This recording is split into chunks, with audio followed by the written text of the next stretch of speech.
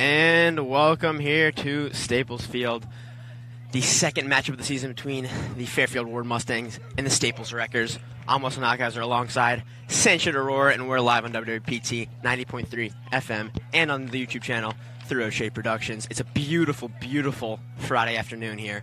Kai Nee on the mound, nothing better than some Friday afternoon sunny baseball. Spring is here.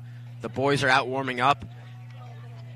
And the away team, Warde, getting set to lead things off here in the top of the first. Sanchit, you know, we've played Warde once this season. We lost. Time before that, we played them as the state championship. We lost. What's the key to Staples overcoming this top tier team? I mean, I would like to say the back-to-back reigning champs and they're 12-2 this season. I'd say easily they're their best team in the state right now. You know, they've proved that. What Staples need to do to beat the best team? Well, I mean, the key to this game, I think Staples needs to play clean defense. They've lost a lot of games due to errors and miscommunications. They kind of got to clean that up. They got to get runners on base. And I mean, the last game they played, Kai was pitching, but he was on a pitch count. He could only pitch till 50 pitches. He was out at like the fourth inning. So I think now he's full. I think that should be interesting as well because, you know, Kai Nee, the Duke commit, I think he's going to play a big factor in this game. This is his second start back from injury. He started against Greenwich, I believe, in their most recent win. So he was hit by a pitch in the Amity game that I called earlier this season in the wrist. Pretty scary there. He missed a handful of games, 6 or 7 games, but he's back now, making a second start post-injury. And he looked pretty good in his first start back, so looks like he's healthy here as Goldshore will throw the ball down to Oppenheimer for the start of the inning here, and the Staples infield will meet. Leading off for the Fairfield Warde Mustangs, the center fielder, number 10, Derek Davis. And what's interesting about this Staples squad is a lot of people say it is the most athletic since 2019. They got a lot of playmakers. And I think the key for this game is, I think, defensively they've really got to limit any errors and kind of stop this fiery offense in Warde, which, like you said, is number one ranked in the state. First pitch into Davis, fastball a little below the knees, ball 1. And I think the key for Kai is to just stay composed. We know like you said, he's coming off that injury, so I think if as long as he can, you just got to keep playing and play a lot of innings. Kai fires a fastball past Davis for the second pitch, 1-1. 2 fastballs to start him off here, 1 low, 1 high. Davis throwing right through the second one. The 1-1. Fouled back towards the school. 1-2 count here for Warde's leadoff hitter. And, I mean, I was talking to some players on the team. They said the sun would play a factor into left field. Do you think, how much of a factor do you think that plays into that when they're not able to see? It could lead some fielding errors. The 1-2, he fouls it off himself. He'll see another pitch. You know, Farnan's out in left today, as he's been all season, all last season. He's a really strong fielder. So, you know, but it's also still high school ball. We got 2 high school left fielders. The sun is the sun, so it could play a factor. But I think, you know, I have trust in Farnan out there for the Staples as the 1-1 comes again from Kai. A breaking ball that he watches. Davis goes down looking for the first out of the ball game. A beautiful, beautiful pitch from Kai Nee starts the boys off strong. 1 away here in the top of the first as the 2-hitter and designated hitter will come up, Meyer Stransky. You'd love to see that from Kai. That's the start they want. Get up early and, you know, continue playing like that. Lefty in the box here for Warde. First pitch from Kai. Fastball right there. He takes it all the way, and that will be a strike. 0-1. Kai looks sharp in his first 3 pitches. You know, even before he got hurt in the Amity game, he started off that first inning with like 8 or 9 straight balls. This, you know, he's starting off strong, and that's a key to one of his games. He's a mental player. And right in the same spot again, 0-2. Kai just firing fastballs by Stransky. He's just watching them now. Kai's been absolutely phenomenal. He has not given up a run in his past 2 starts. And those curveballs and fastballs are just deadly. And the 0-2. He misses high on a fastball. Thought he had him there. Stransky will stay alive and see one more.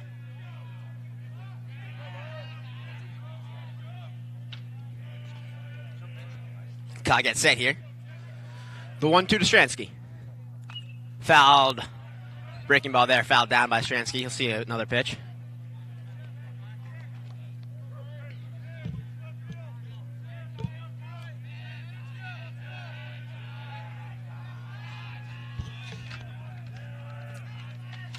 And the 1-2, same spot as the first fastball I was called. The ball, he'll miss again. Looks like that one's a little bit outside. Umpire, consistent zone so far. 2-2. We'll see what Kai does here. Try to put away Stransky for the second out. Ooh, that looked like a strike. Same spot again. He's pounding the zone in that spot. You know, he picks a spot, the outside corner fastball. That's what Jake's calling. And he's not getting the call. So the ump's going to have a tight zone, it appears, at least, you know, east to west. And the full count pitch will come here now to Stransky. And he'll miss high. From 0-2 to a walk. A heck of an at-bat from Myers Stransky. You know, Kai thinks he got squeezed a little bit there. You know, I wouldn't argue with him. 3 pitches in the same spot, though, so you can't, I guess, blame the ump for the consistency. And now with 1 on and 1 away, Stransky will take his lead off of first. Nate Barrett getting a start at first today. You know, part of one of the position he plays, but not his primary. So interesting and nice to see him getting some playtime there. And then lazily, Kai will throw that one back. Just walk Stransky back, let him know he's paying attention to him. Yeah, and I think that's key because Warde does steal a lot of bases, so Staples wants to be sure of that. That's part of the reason they've lost some of these games is they've let teams steal bases pretty easily. First pitch, Jimmy Dobbs in the dirt for a ball, 1-0.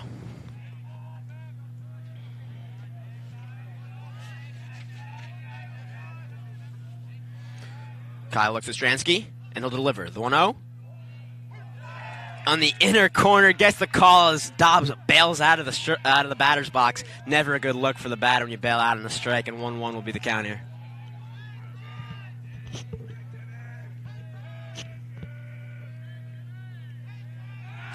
Kyle will look back again. Yeah, or they just walk back. They just want to contain that. They don't want to let Warde steal any bases. I think they're going to be extra careful this entire game.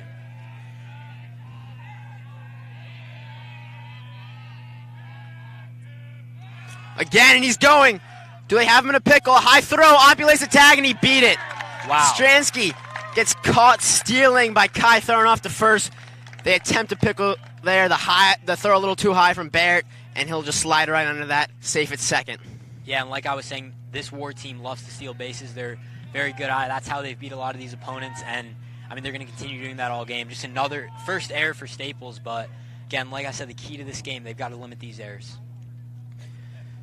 Coach McFarland out now to talk to the boys after that. He still got 1 away here, 1 on. Jimmy Dobbs is still up with a 1-1 count.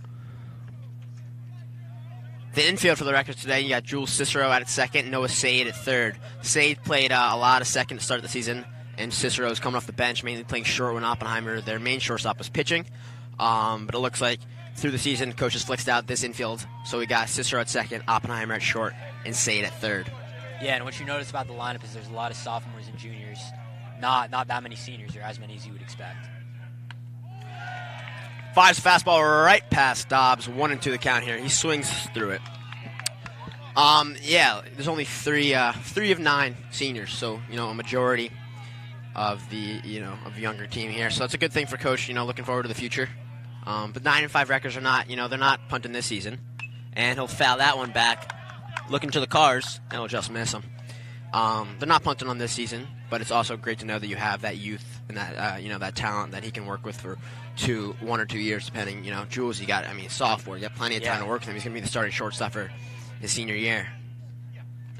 A breaking ball in the dirt, swung and missed, blocked by Jake. He'll throw him out at first, and Stransky goes nowhere. A great block on the breaking ball by Goldshore, and an easy throw down there for the second out as the cleanup hitter Carson Dodder will come up here. Stransky stays at second. Yeah, and one more thing to add to that sophomore-junior thing, kind of shows who can be a leader, who's going to step up, and again, like you said, it's just great for the team. Kai gives Stransky a look, delivers. The 0-0, fastball in there, strike one.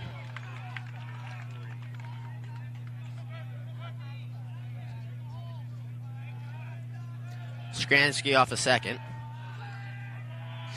Cicero's approaching. Kai delivers. Swings on that fastball and fouls it back. Does Dodder 0-2 the count?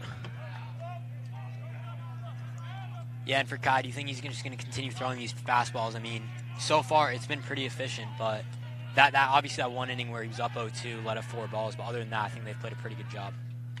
Kai delivers, and a foul tip held on by Goldshore.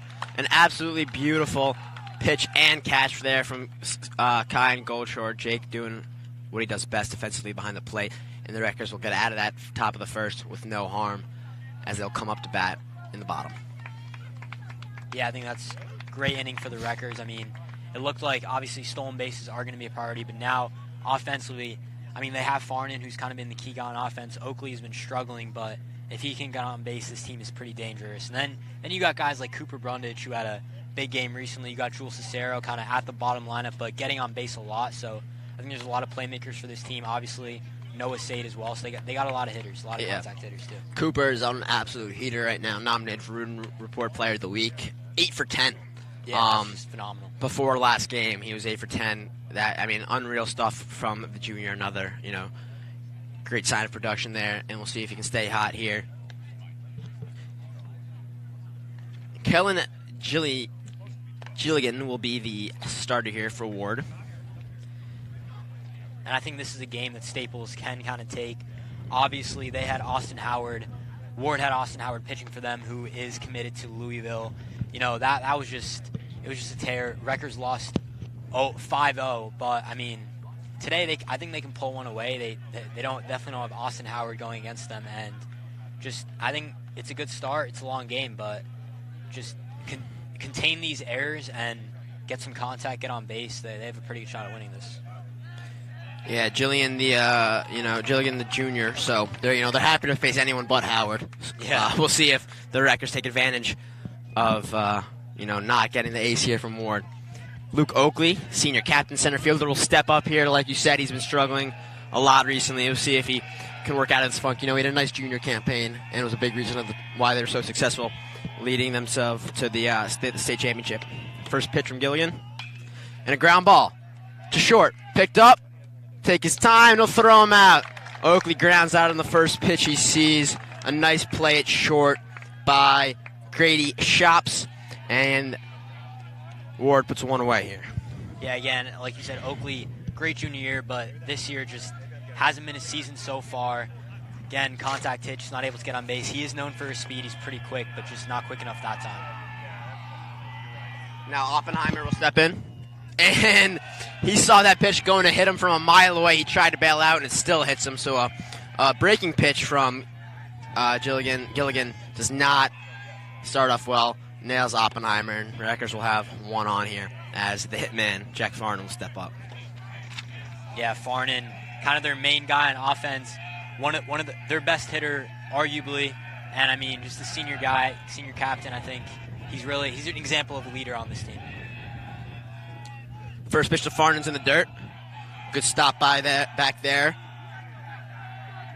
by Jimmy Dobbs, and Oppenheimer going nowhere. 1-0 here as Andrew takes his lead off of first. Gilligan will give him a look. He'll deliver.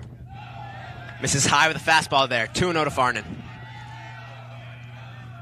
It's a good eye from Farnan. First two pitches, just stay poised. The 2-0. He fouls that one out to the left side to the football field. 2-1 here. Oppenheimer taking a lead off of first, but no looks by Gilligan so far. We'll see if that changes here.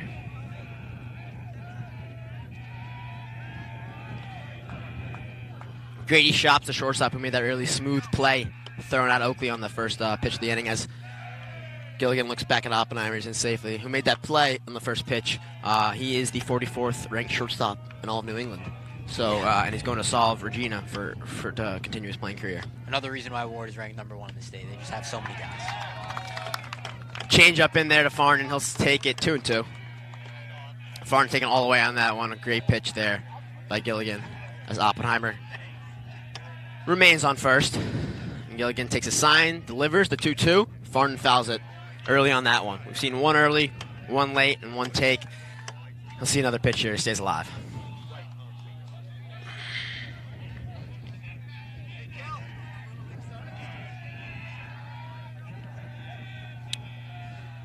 The 2-2 to Farnan. Misses low. And the count will run full here. Oppenheimer will be running on the pitch, I assume. Farnan has a chance to really do damage here if he's able to connect with one with Oppenheimer running, and he does go. Farnan, liner, into center. Oppie will round set, and he'll hold up there. But a great Full count hitting by Farnan. Oppenheimer on the move, thought about going to third, made the wise choice as, it rolled up to the center fielder, fielded it shallow, and now the Wreckers have 2 on with only 1 away here as the cleanup, their big man and their third baseman, Noah Sade will come up. What a great hit by Farnan. I mean, we were talking, this guy's the leader of the team, just absolutely phenomenal, and able to get Oppie to second base and him on first. Like you said, now we got Sade, so Wreckers looking good, first and second base.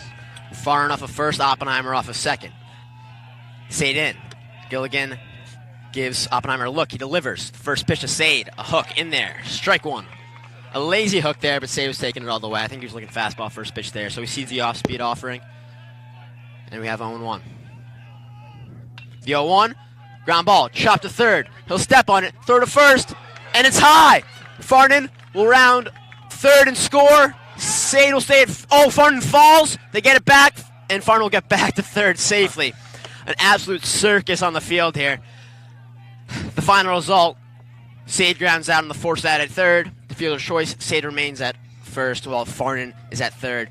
That wild overthrow by Dotter on trying to get the double play there. Let Farnan go to third. He almost scored there, but he slipped. Probably a good thing that he slipped anyway. He's probably going to get gunned if he was running. Yeah, he definitely had to go back. There was not enough time there, but like you said, just error after error on that play.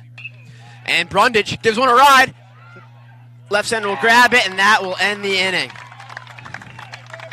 A nice piece of hitting there by Cooper Brundage, but he couldn't find a gap. Put away by Tasto, and that's the end of the first here. 0-0 remains the score. The Wreckers and Kaini will come up, try to put up a 0 on the top of the second.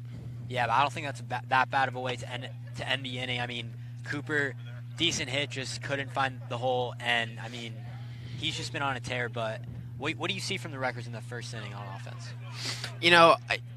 They're swinging the bats early. We had 2 good pieces, Cooper and Farnan's, but Oakley and Sade also made contact, so you can tell that they're on Gilligan's stuff. They're not getting blown away like they were with Howard, and like that can happen with Howard, the Louisville commit, obviously. So promising to them that they have the timing down, that that's stuff that they can hit, and now, with just more at-bats through the game, they will start hitting.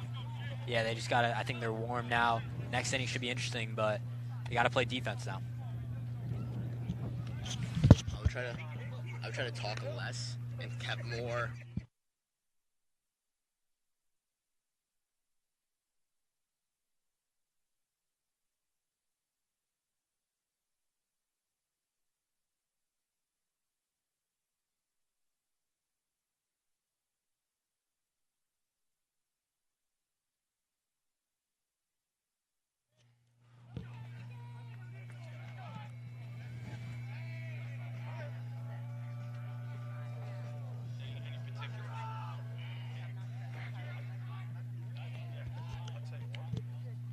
Junior Mickey Galvin will lead off the top of the second here for the Mustangs.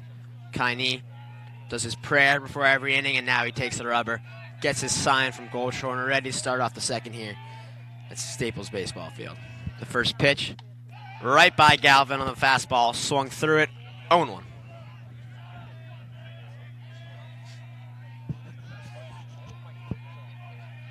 Kai comes set, the 0-1. Blows it by him again. Same exact pitch, same exact result. 0-2. Kai struck out all 3 batters he faced in the first inning. He's looking to continue that K streak here. Knee shakes him off. They come to an agreement. From the windup, the 0-2. Right by him again. Stay with what's working. I like that pitch call from Jake Golcher, and they strike out Galvin on 3 fastballs. 4 Ks, 4 batters for Kai Nee, and the Wreckers are rolling. I mean, what a start for Kai. He's just been phenomenal. Ever since coming back off that injury, he hasn't allowed a hit, or a run, sorry. This is just absolutely phenomenal. If he keeps pitching like this, it's going to be hard for Fairfield. The first pitch to the next batter, and that will land foul. Oh, my. The left fielder, the right fielder, Carson Swain, puts a nice piece on that ball. Lands just left of the foul line there in left field. Kai lets out a sigh of relief, and that will just be a hard hit, strike 1. Yeah, 2 inches over. That can make a huge difference. Good call by the umpire. Get out there early. Make that call obvious. Swaim steps in. for the 0-1. And he hits a chopper. Foul. 0-2.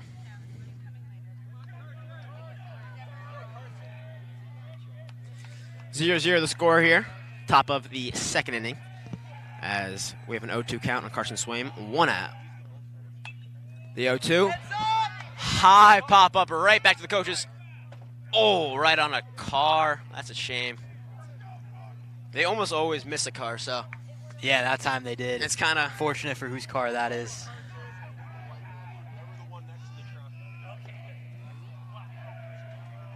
And the 0-2 from Knee. Fastball. Another foul ball to the parking lot towards my car. And it will miss everything.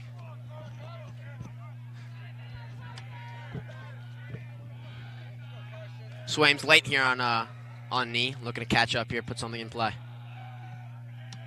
Another try at 0-2. He'll miss away. 1-2.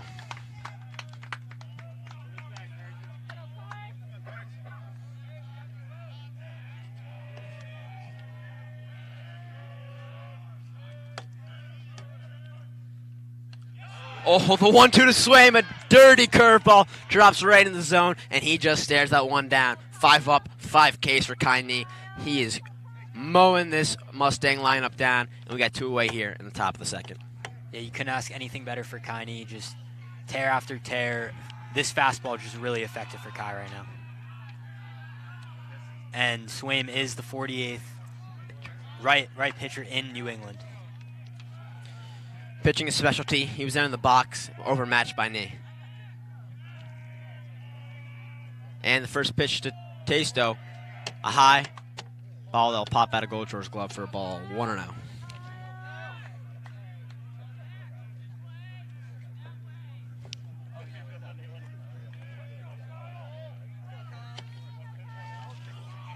Justo, I apologize. The Warde manager's poor handwriting. The 2-0 to Justo, high again. Knee overthrowing it in this at bat. Surprising to see, as he gets to the bottom of the order. He's been on point all day, and now he starts overthrowing with a 3-0. 2 away here. Let's see if he can recover this batter here. And the 3-0 to Justo. He'll miss low. So a 4-pitch walk for Knee. Still got 2 away here, so there shouldn't be too much concern in the Rucker dugout as the 8-hitter, Grady Shops, comes up.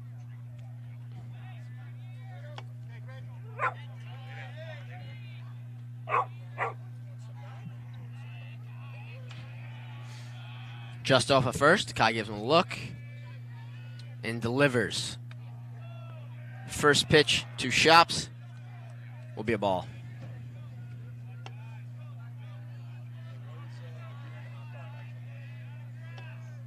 Just off at first, Knee takes his sign, set to deliver the 1-0.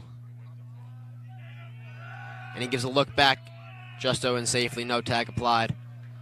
All of the checks back to first from Knee have been lazy so far, but he's just trying to let him know that he's still thinking about him, not an actual attempt to pick him off. As I would say, that's probably a C or D move. Now, to try the 1-0 again, he delivers it. Fly ball, right side. Cooper will chase it. And he'll...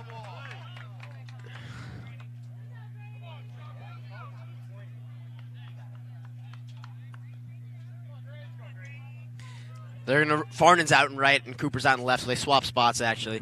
And they're going to rule that ball was, in fact, out of play, so the inning will stay alive.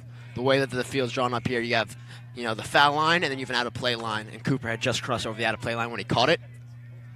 Therefore, the catch does not matter. It's a foul ball.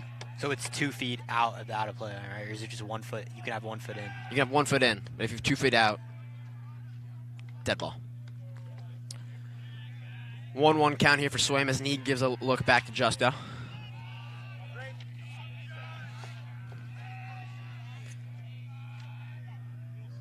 Kai delivers the 1-1. Line drive, center field. Justo will hold up at second, and that is a 2-out hit for Carson Swaim. Moving the line. The Mustangs got something brewing here with 2 away in the top of the second, and their 9-hitter, Danny Goldberger, will step up. Yeah, and just when you thought they were out of it, already have 2 outs. That's 2 consecutive people on base. They're looking to do some damage here. Kai's been a little sloppy these past two past 2 pitch counts. First pitch to Goldberger, in there for a strike. 0-1, fired the fastball right there. All I did was watch it. You got Justo off of second, Shops off of first, 2 away here in the top of the second, and an 0-1 to Goldberger. And he delivers it. Same spot in there, 0-2. Goldberger taking all the way, and now he's dug himself a hole. 2 strikes, 2 away. Nee looking to put an end to this inning here and save himself for the 2 runners on base.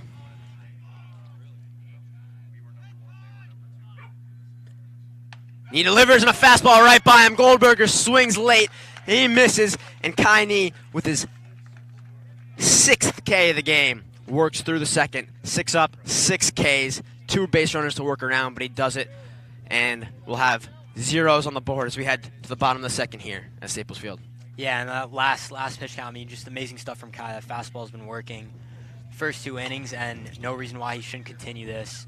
I think big part of why they lost that game was he was on that pitch count. He couldn't play to his strength, and I mean, McFarland even said we don't want to push this guy in March, but you know it is starting. It's May right now. It's starting to get closer to June, to playoff season, and I think they're gonna play him for all he's got. Yeah, playoffs are 2 weeks away, which is hard to believe. The first round of the FCX, I believe, are May 17th, so exactly 2 weeks from today. It's the 3rd. Yep. So now's the time you got to lengthen him out. You know, it's not March anymore. He's come back from injury. It's time to lengthen him out if you want to do anything in this postseason. And his pitch count's also still not too high, but also you worry about pitchers that don't pitch to contact and are strikeout pitchers. Strikeouts take 3 pitches at the minimum on average, 5 or 6, whereas contact pitchers can get people out in 1-2 pitches. Yeah, he's got to get those reps in. Got to get that practice in. I mean, because this is a team that could very well play in either if they make it to the finals or sometimes team like this in the playoffs. So they're gonna have to be ready, and I think Warde's a great test for them. Yeah, this is a high caliber team. 9-5 the record. They need to win these next 3 games. They play Warde, Ludlow, and Trumbull to make the FCX. If they lose the 3 of them, they're not going to make the FCX. This is the time that they got to bear down, and so far so good. The first pitch in there to the sophomore Cicero. He'll take that one for a strike at the knees. Jules Cicero batting 6, so the sophomore, a real good spot in this lineup here as a second pitch to him, a hook in the zone, and he's quickly down 0-2.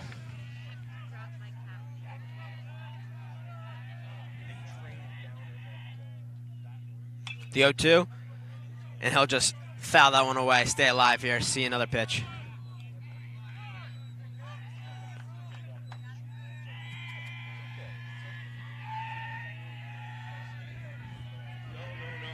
The 0-2.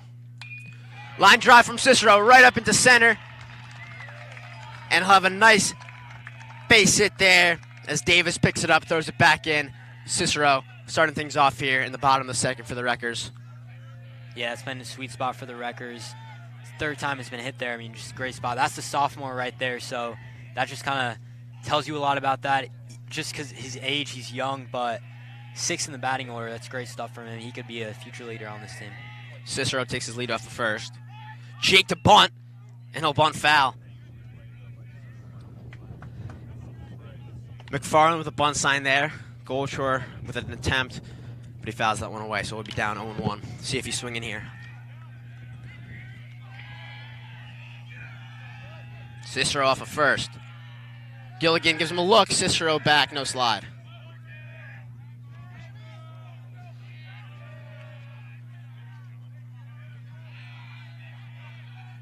In the 0-1, he bunts again. He pulls it back. 1-1. That fastball away. Great pull back by Goldshore there. Takes another sign. It looks like he'll be swinging now. 1-1 for Goldshore. Cicero off of first. Gilligan delivers, and he's swinging. Chopper to third. Picked up. They'll try to turn 2. They get none.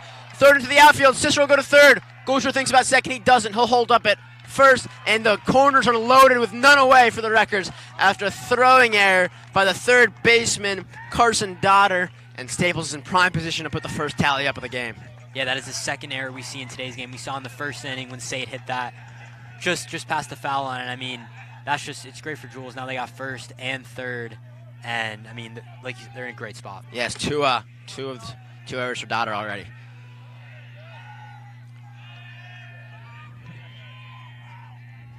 Max Johnson will hit now, the DH for Kai Nee. First pitch from Johnson, line drive into center. He'll catch that. Cicero's tagging, and he'll get there easily for the first run of the game. A line drive sac fly by Max Johnson, doing his job perfectly with none away. And the Wreckers have the first lead of the ball game here, a 1-0 lead. Goldshore remains on first, and the 9-hitter, the first baseman, and the ox of the team, Nathaniel Barrett, will come up. And Cicero, the sophomore, showing off that speed. Great start, 1-0 Staples. This is the start they wanted, and they're trying to continue to add to this. Goldshore off at first. The 0 to Barrett, in there for a strike. 0-1.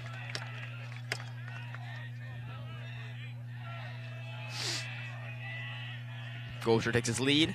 Gilligan to deliver. Ground ball by Barrett. They have a chance for 2, and he'll do it himself. A double play to end the inning. What a beautiful play by Carson Swaim. Or by Grady Shops, rather. I apologize. That's why he's the 44th best shortstop in New England. Does that. Hard ball up the middle. Double play himself. Great play there. You know, got to give credit where credit's due to the first baseman there. To, to Mickey Galvin for staying there, having a good stretch there, and getting 2 outs. But not before Staples puts up the first tally of the game. They'll have a 1-0 lead as we head into the top of the third. Yeah, that's a good job of Warde to not make the lead any bigger than it already is. It's 1-0, it's doable, but just 2. I think offensively the Wreckers have looked great. First inning got a little unlucky. They had the contact, but I mean second inning, that's just a great start for them, and they're going to look to continue this.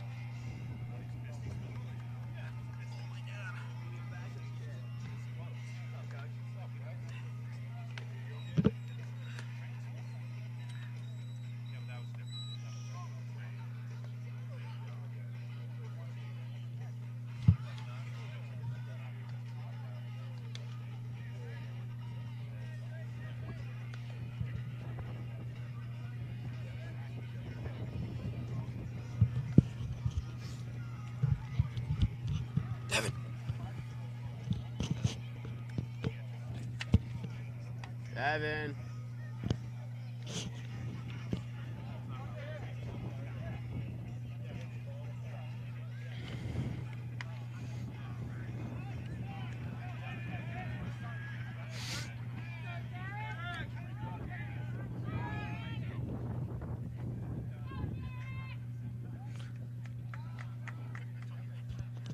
The order will flip over here for the Mustangs in the top of the third. Leadoff hitter, center fielder Derek Davis will step in. Caden his first at bat, but so has every batter that Nee's faced so far.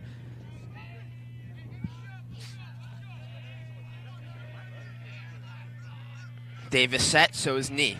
Starting off the third here. From the windup, Nee delivers. Fly ball, left field. That will drop in front of Farnan. Could it be a double? Derek is looking, and he will hold up. Derek Davis with a leadoff single, and the Mustangs have something brewing here in the third. Yeah, I mean, I thought he could have gone second on that play. There was enough time for that. Maybe he just wants to stay a little passive. He doesn't want to risk anything. You know, he's a speedy guy. Cooper's got a solid arm out there and left. I got to get used to Cooper being there and not Farnan. Always an annoying switch for me because Farnan's been playing left field for every game I've ever done. And that was a recent switch, right? Yes. Derek Davis will take his lead off at first. Nee will deliver. He shows bunt, pulls it back as the ball's in the dirt. 1-0 count here for Majestransky. Davis off at first. Barrett holding him on. Nee taking a sign from Goldshore. And he delivers to Stransky. No, he doesn't. He throws over.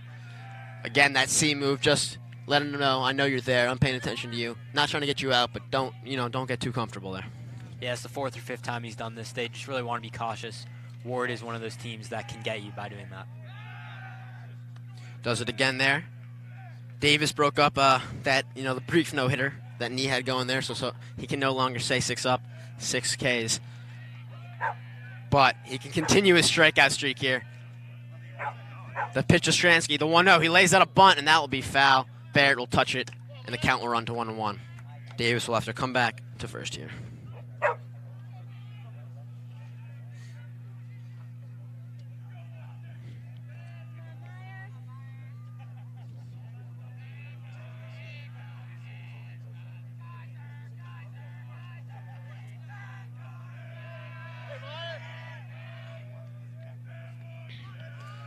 Knee delivers. Another bunt attempt. Same result, a foul ball. 1-2. He's bunted himself into a 2-strike count here, and he'll definitely be swinging. Knee will look to put him away, or maybe turn 2. The Speedy Davis up first will make it a difficult turn.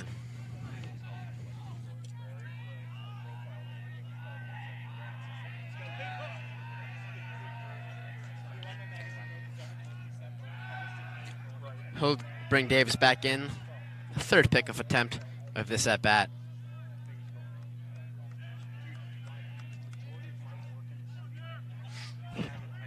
Now take a sign from Jake, the 1-2, and he'll deliver it. He's stealing on the pitch. And a ball and a stolen base there as Davis steals second, and the count runs to 2-2. 2 poor results for the Wreckers. But he's got 2 strikes on the 2-hitter here. Knee will look to put him away. The 2-2. And he misses. The same spot that he was missing the first inning. That outside corner fastball. He's just not going to get it. Yeah, ref's going to be consistent with that call every single time, it looks like, so. Umpire. Oh, yeah. And he misses again. He'll walk Stransky and he'll have 2 on with none away here in the top of the 3rd. Jimmy Dobbs will come up. The catcher, their power hitter, looking to do something with 2 on. Team's chasing 1. They're not used to losing down, they're not used to being down 12-2 on the year. Yeah, this is the #1 team in the state, and for Staples to come out like this, I think it's kind of stun Warren. I think you expect them to be up early, but still got a lot of game left, so nothing to say that any team has the clear advantage in winning this. Yep. Stransky off a first, Davis off a second. Jimmy Dobbs at home, and he'll take that first breaking ball in the dirt for a ball. 1-0.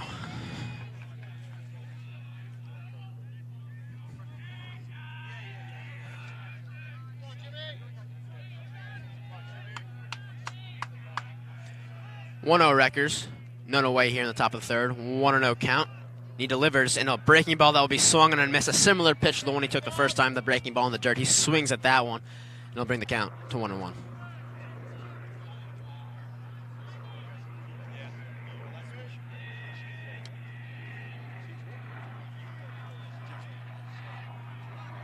Davis off a second. He delivers the 1-1. He'll bounce it again. Good block by Jake. Count will run to 1-2, and the runners will stay put at first and second. We got Carson Dodder up next. Victim of a K his first time up.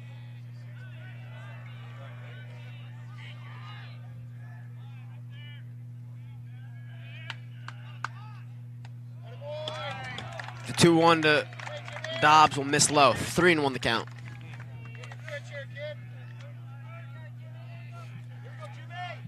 Knee wavering a little bit in the 3rd here. It's going to be necessary if the Wreckers want to win this game for him to recover and have some length in this game. And 3-1, fly ball, right side. Farnan coming in. He'll catch that, and no one will tag, and he'll have the first out here of the top of the 3rd. Easy can of corn fly ball for Farnan, and he puts it away.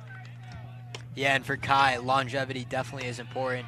We know the first 2 innings he's going to be great, but it's really in that later innings, in that 4th and 5th inning, is he going to be able to continue his streak, continue playing well for the Wreckers.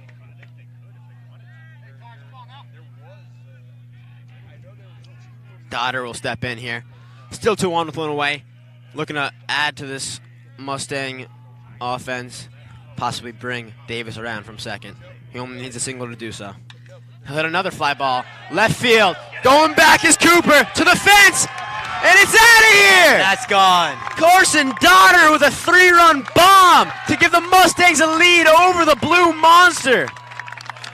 What a shot from Carson Dodder. The first pitch he sees from Kai Nee, and he hits it out of the park, giving the Mustangs a 3-1 lead. And that's what that 4-hitter is supposed to do. The cleanup man, the big guy, and Dodder puts the Mustangs on the board in a big way. Yeah, that's the break they needed. I mean, Staples had control first 3 innings, but that hit puts Warde up 3-1. All the momentum is on their side, and, I mean, they caught a break. Kai's a very heavy player. This rough inning, then giving up a bomb. I could see, both physically and mentally wavering here. Hopefully he can get out of this. Reset for the fourth. But still only one away, as a new fresh set of bases will be there for Mickey Galvin. And the first pitch to him will be in the dirt for a ball.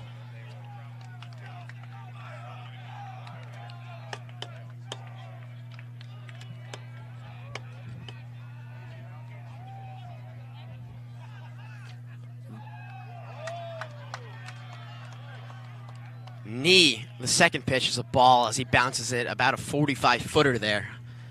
Yeah, that's concerning to me. I don't know if he's injured out there. Looking tired. I mean, he takes the ball back for the next pitch and he delivers a hard fastball right there. So he bounces back in a good way and he'll foul that one off.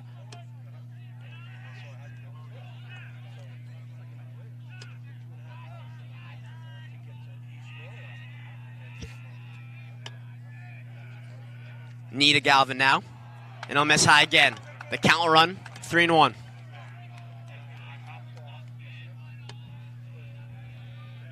That spike is still sticking with me. I want to know what happened there, if it was just loose grip or if there's something mechanical going wrong. And the 3-1, swing and a miss on a ball in the dirt there.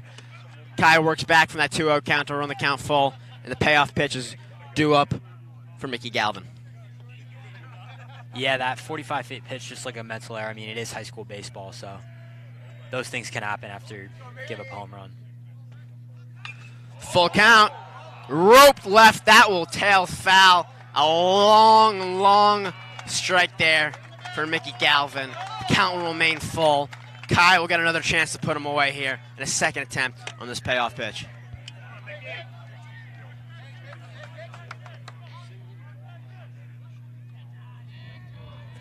(3-1) Mustangs, no one on base here in the top of the third.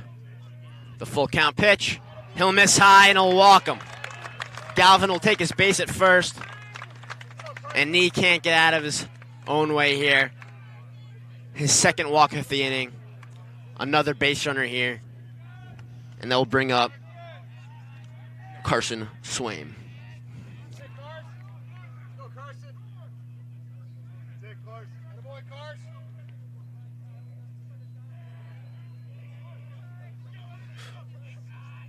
Swaim struck out his first time up. Looking to do a little better here in the third, as Knee will have a lob back to Baird at first. Walk Galvin back. 3-1, top of the third here, one away. Mustangs with the lead over the Wreckers. An 0-0 count to Swaim, and he'll chop that breaking ball into the dirt. 0-1. Yeah, you can't tell if it's just mentally on Kai's part, but his arm looks a little tired here. It kind of shows that he is just coming back from this injury, and I don't know how long he'll play. The 0-1. Fastball inside. Swaim gets out of the way, and that count will run to 1-1.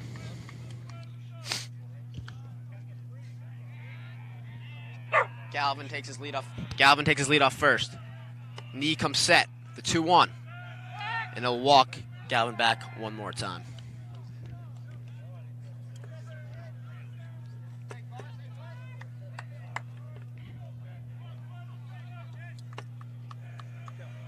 The 2-1 from Knee. High foul ball back into the parking lot. The count will run 2-2. Oh, and right on Coach Carew's car.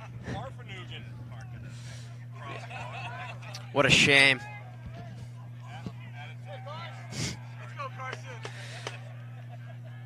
(2-2) here from Knee to Swaim. And he looks Galvin back one more time.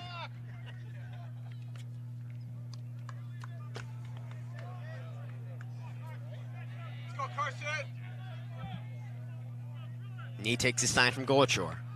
The 2-2. Gives Galvin another look.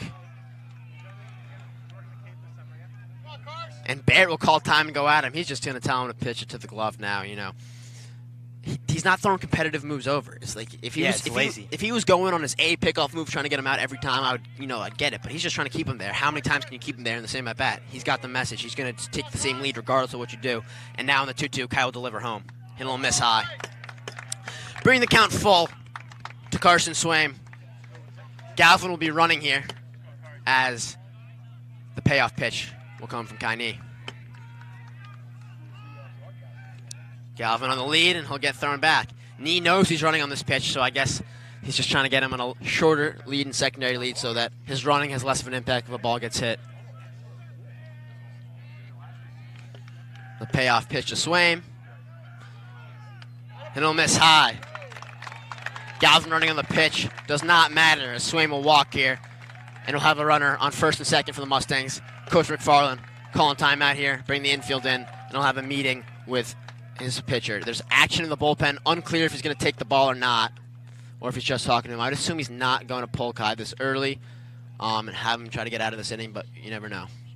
Yeah, this inning's been rough for Kai after those 2 great innings. I think that home run just got to him. I mean, again, he's a junior in high school. It can affect him. Obviously, his mental game after that, he's probably still thinking about it, and that kind of just shows his performance this inning. Quick mound visit from McFarland. Knee staying in as I suspected, and Swaim and Galvin will take their bases once again. As Kyle Justo, the left fielder, will come up with the one away here in the top of the third, looking to add to this big inning for the Mustangs. Galvin off a second, Swaim off a first. Barrett's going to be behind Swaim, so he'll take a big lead there.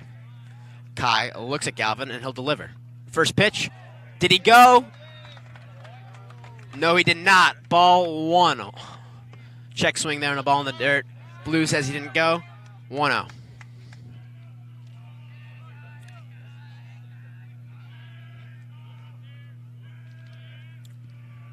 The 1-0. Misses low again. 2-0. Justo being patient up there. Know that Kai doesn't have his, he's not his sharpest right now. Trying to work a walk or get in a good hitter's count, and he's done so. The 2-0 pitch. Breaking ball that he completely whiffs on. 2-1.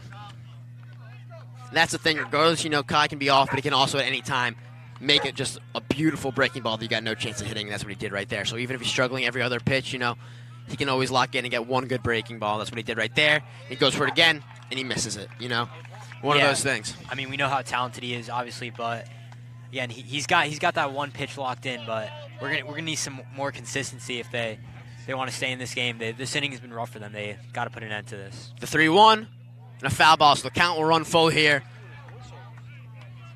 Knee's been throwing the fastball less and less after he gave up that home run on it. That fastball was taking it right back at him over the fence, and since then he's been incorporating more off-speed pitches. It hasn't worked too well for him as he's been walking, and now with runners on first and second, who will be running on this full count, he delivers the 3-2 pitch, and strike 3, and safe at third. The runners moving on the pitch, steals second and third successfully. Justo watches that one for strike 3. He thought it was ball 4, but he gets rang up. And now with 2 in scoring position, the Wreckers will have 2 away at least, as Nee will look to put away the 8-hitter, the shortstop, Grady Shops. Yeah, that was a close break. You can see Say did not like that call right there. And just going to add on to this Fairfield Warde, I mean, they're in a really prime spot right now. Single scores 2 here would push the lead to 5-1. I agree with Sayed. I thought from here it was safe, but, he was out, but you never really know. And they'll put him on intentionally. McFarland intentionally walks Shops, and they'll go to Danny Goldberger. With all due respect to Danny Goldberger, I really like that move. Shops is a name. He's a good shortstop. He's a good ball player. Goldberger, a smaller junior, looked feeble towards Nee on the 3 fastballs in his first at-bat. And so with 2 away, it just makes sense to go after him again. Kai's just going to try to fire fastballs past this kid. And with the bases loaded, he's going to hope it works.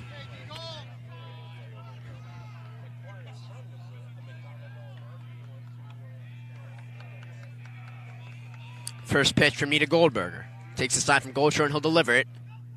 And he'll a grounder right back to Kai. He falls getting it, and he lobs it away. 1 will score for Warde. 2 will score for Warde. Will it be 3? Yes, it will. He's tagged out, though. Yeah. Oh, my. A lot to unpack there. Wow. 2-run score on a throwing error by Kai Nee. A chopper ground ball right back to Kai. He falls over trying to field it, and then in his recovery, he lobs it, a lazy lob, a high rainbow right over Baird's head. Baird had no chance to get it, and 2 will score. Luckily, the 3rd runner almost scored, was tagged out as Baird recovered it and threw it out to Goldshore. Goldshore able to place the tag down for the 3rd out there, but not before 2 score on that throwing error by Nee. And like I said, I mean, I called it when he gave up that home run. He's he's just a mental player. Yeah, I saw it break him. And he's a young kid, and he's making errors pitching and fielding now. And it's unfortunate to see, but I would pretty safe to say that that McFarland's not going to send him out here for the fourth. Yeah, that looks like it's if for Kai, and I mean, you could tell that he's not 100%. It was just a rough inning, and I mean, it's been tough for the Wreckers, but 5-1, they've got to do something to improve.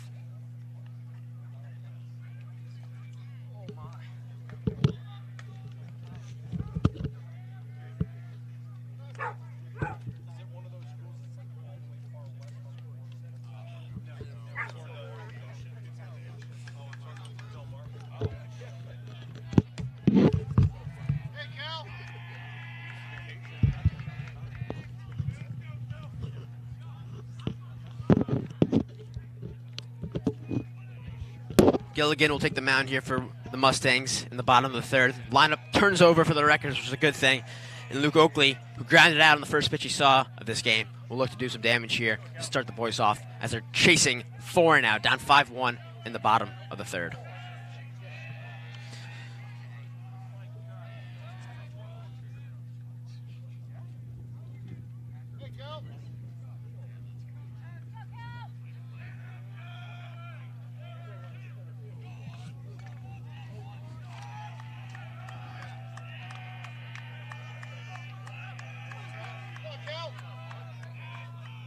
First pitch to Oakley. Breaking pitch in there. Strike one. He does not like that one.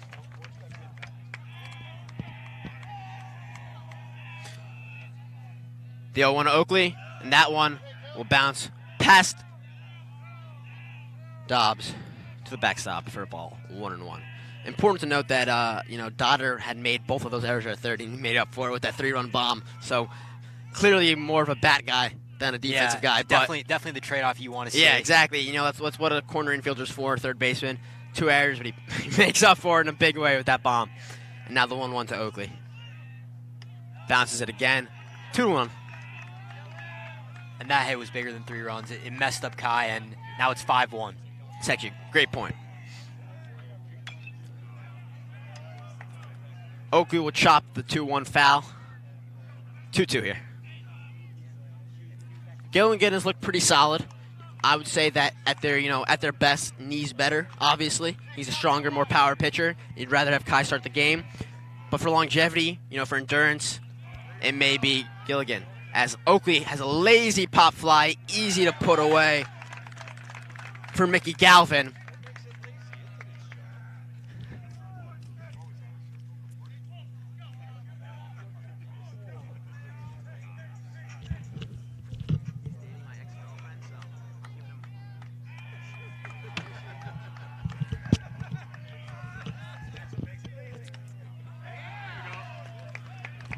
First pitch to Oppenheimer in there for a strike, 0-1. The 0-1, hard ground ball, past the outstretched glove of Goldberger, and Oppenheimer will have a single. He keeps on hitting. Yeah, Oppie, huge for the Wreckers. I mean, they've just got to getting on base is the first part, and only one run. They've offensively, they just not looked great. They've really got to catch up here. This is the inning to do so.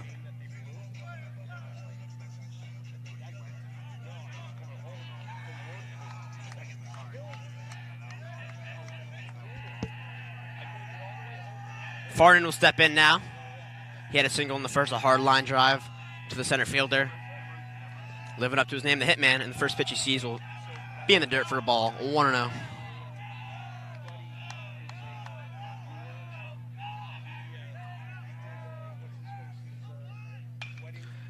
A high pitch that he grounds over to Shops. They'll try to turn 2. They won't be able to, but they got Oppie forced at second. The ball gets past the first baseman here, Galvin, but he's able to recover it. And Farnan will stay on first on that fielder's choice, but already 2 away quickly here in the bottom of the third. Noah Sade will step in. He grounded into a fielder's choice in his first time up.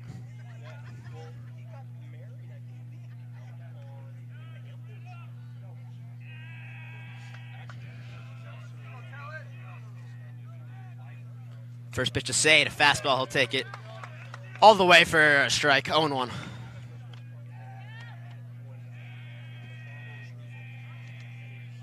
The 0-1.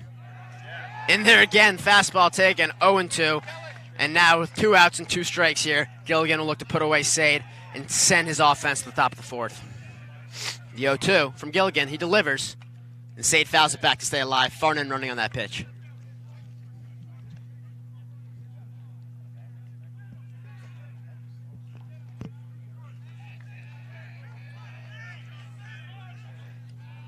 The 0-2.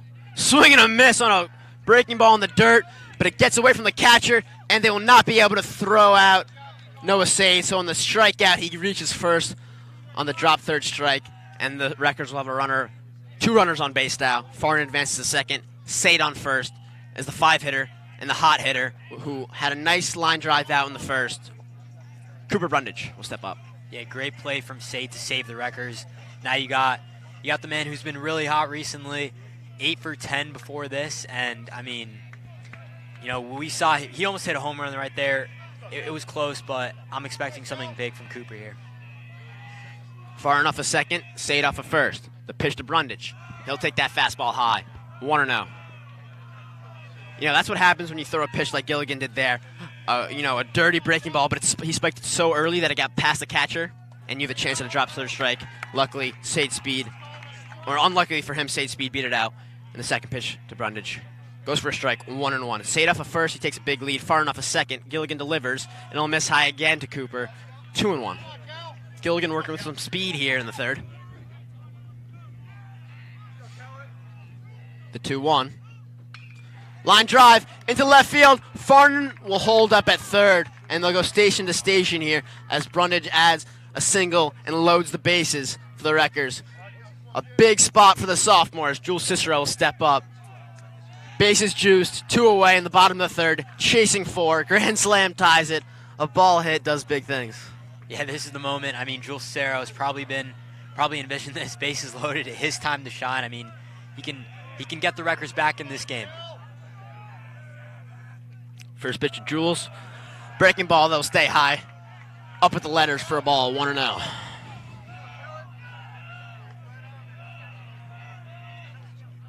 The 1-0, fouled back to the parking lot. 1-1, chasing a car, and it hits one.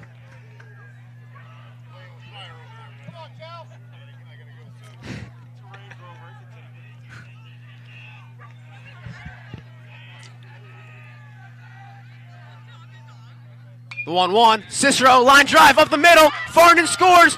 Here comes Sade. He rounds third. The throw to home. And they got him! What a beautiful throw from Derek Davis in center field to gun out Sade at home. But not before Farnan scores 1 and the RBI single from Cicero. The lead is now cut to 3. 5-2 is the score. What a beautiful throw by Davis, though. Guns him out at home. Yeah, that would have been really unlucky for Warde if they didn't make that throw. That's just a great play. Sade not able to get there, but I mean 5-2, at least it's a run. Something positive.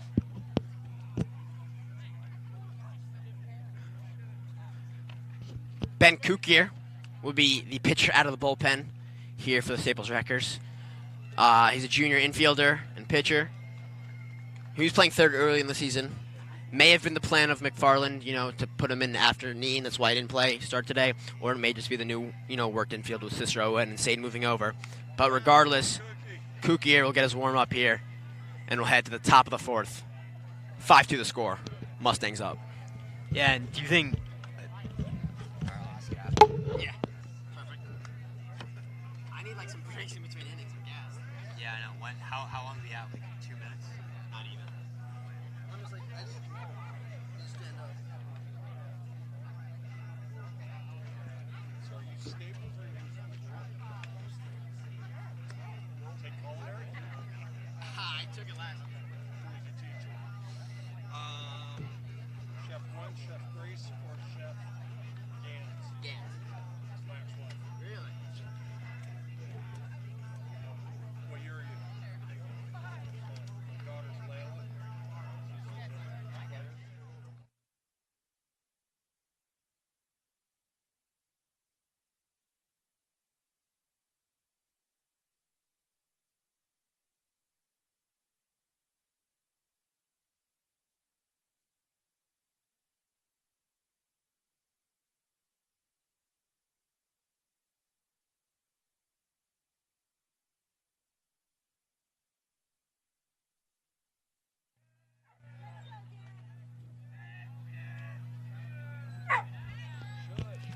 First pitch from Kukier. And he'll fire and a strike there. Yeah, and Kai Nee kind of exiting out early. Do you think Kukier was prepared to come in this early? How do you think that's going to play a role? He probably wasn't ready for coming in the fourth or didn't expect it at least, but, you know, he went through the same routine, and he looks pretty sharp coming out. 1-1 the count here. Derek Davis is leading off the inning as the lineup flips over, so he goes from a cannon outfield assist right to the batter's box. Kukier misses high with a fastball in the 1-1.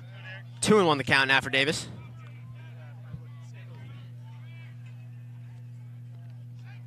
The 2-1.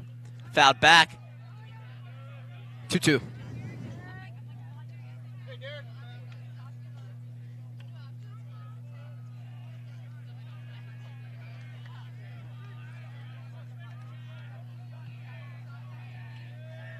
The 2-2. Fly ball to center. Oakley came in the beginning. He gets back for it, and he puts it away. 1 out.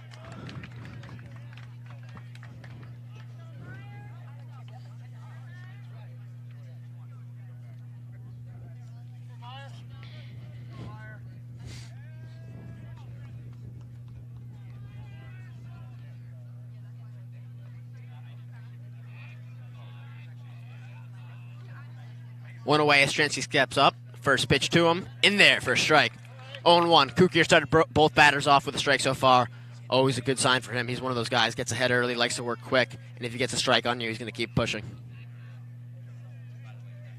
The 0-1. Fastball high, but he swings right through it. 0-2.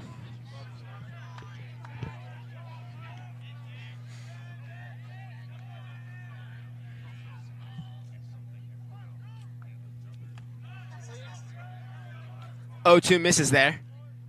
1-2. You can see the difference easily between a tired pitcher and a fresh pitcher when you look at the end of Nee's outing and Kukier's. But this pitch, the 2-2, flied to right, and Farnan will get that, and an awkward fall as he catches it, but 2 away nonetheless here, and the top of the fourth. 2 up, 2 down for Kukier. He's working well here in the fourth. Yeah, this is the defensive inning the Wreckers need. I mean, 5-2, they just can't let up any more runs. And Kukier, like you said, Warde isn't facing a pitcher and guy who's, you know, half full, half healthy, half not. First pitch in there to the catcher Dobbs. He'll take that one for a strike.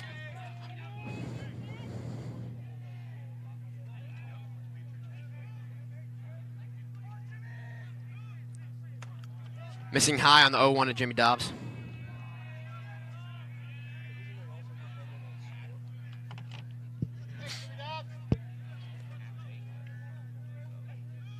The 1-1. He'll hit a chopper to third. Sade will pick it up. Does he got it? He does not as he throws it away from Barrett. Dobbs hustling to second. Barrett picks it up and throws it. Cicero's there, but he doesn't get him. An in-between play there on that chopper. Sade comes in. He fields it nicely. He has to rush the throw if he had any chance of getting him. Unfortunately, he throws it a little off. Barrett unable to save it. Ball goes by. Dobbs on second. Yeah, it's these plays that have cost the Wreckers in their season. I mean, we've talked about it's just error after error.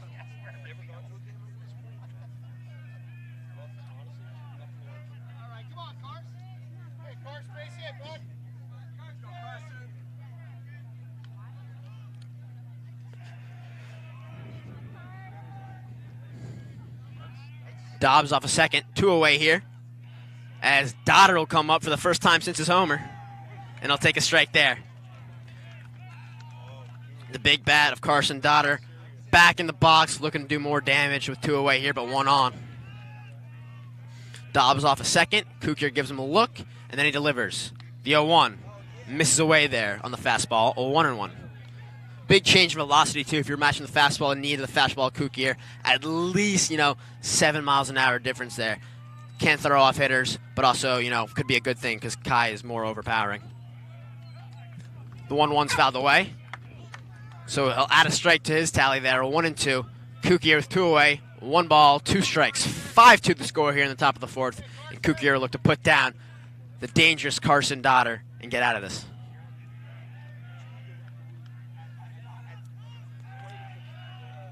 Sets, and he delivers it, and he loops it over the leaping glove of Oppenheimer.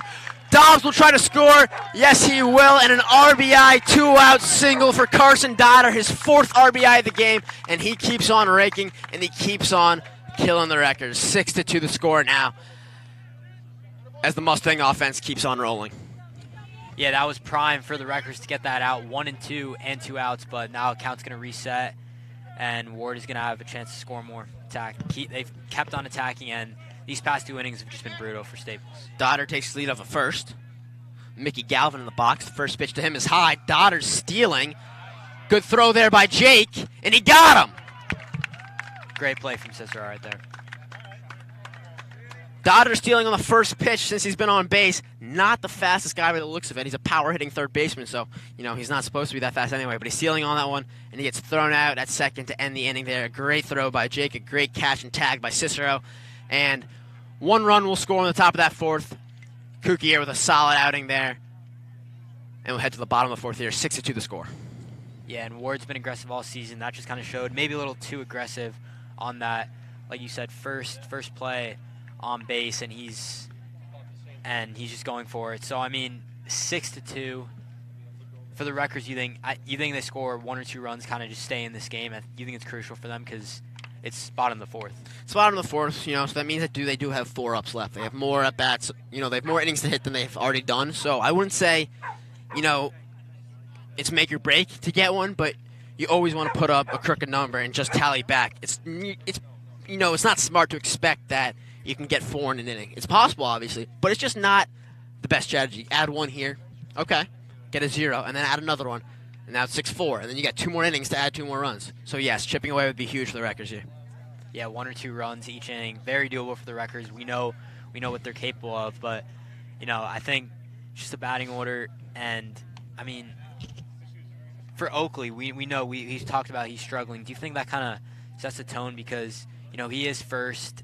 Do you think him hitting well kind of affects everyone else? Hitting is a contagious thing, but I also know that every batter in this lineup has their own skill. Goldshore hitting 7th is all you need to know. Jocelyn hitting 8th is all you need to know. Those are 2 really good power bats, good hitters, good baseball players, and they're in the bottom 3rd of the order.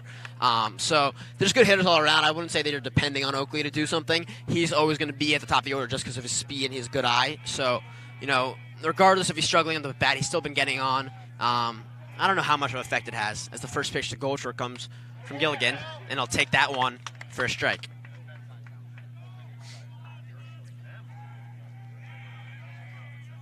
The 0-1. He'll bounce that breaking ball 1-1. Solid crowd out here. Half Warde, half Staples. Not too far of a ride for the Mustangs, so that makes sense. The 1 run from Gilligan. He'll go on that check swing. 1-2 the count. He couldn't make up his mind, but he decided a little too late, so Goldshore crosses the plane there. Gets his second strike, 1-2. Oh, and Gilligan drills him in the back. A 1-2. Hit by pitch. Oh. We'll see what's happening here. We think that there may have been, we think the Warde coach may have called time before the pitch was thrown. And therefore, pitch would not have count, and the hit by pitch would not have count. Umps are talking it over right now. McFarland talking to him, doesn't seem too happy with the explanation he's getting.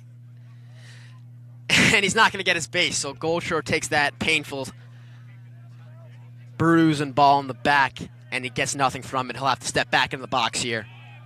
1-2 will remain the count. Still none away here in the bottom of the 4th.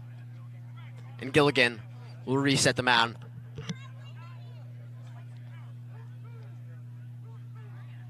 Umpires working with Gilligan now on the mound. Unclear if it was an umpire time to try to talk to a possible balk move with Gilligan, or if it was a coach's time and now the umpire's just taking that opportunity. Regardless, Dobbs switches out the balls. And the umps get ready to put it back in play. 2-2 the count to Jake. He misses there.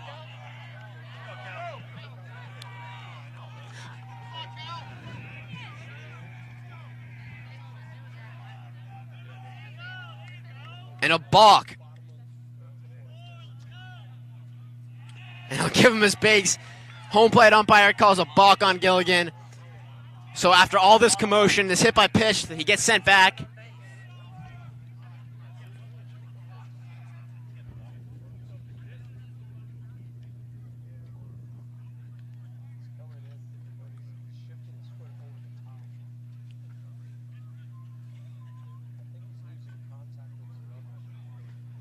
Most balks only work with someone on base, and there's not a balk with no one on base. But I think they're saying that he's coming off the rubber, like he's bouncing off the rubber before he throws, and that leads to a balk to put a runner on base regardless of it. It's not a twitch balk or a pick off balk.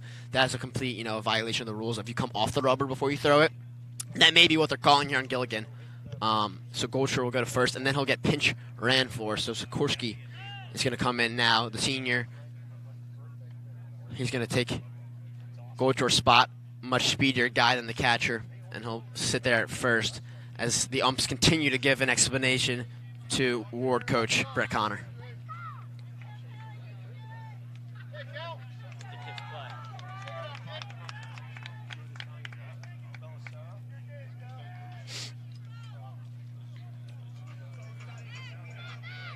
Order's been restored here now at Staples Field on this beautiful Friday afternoon. And Captain Johnson will step in here, the designated hitter, with none out.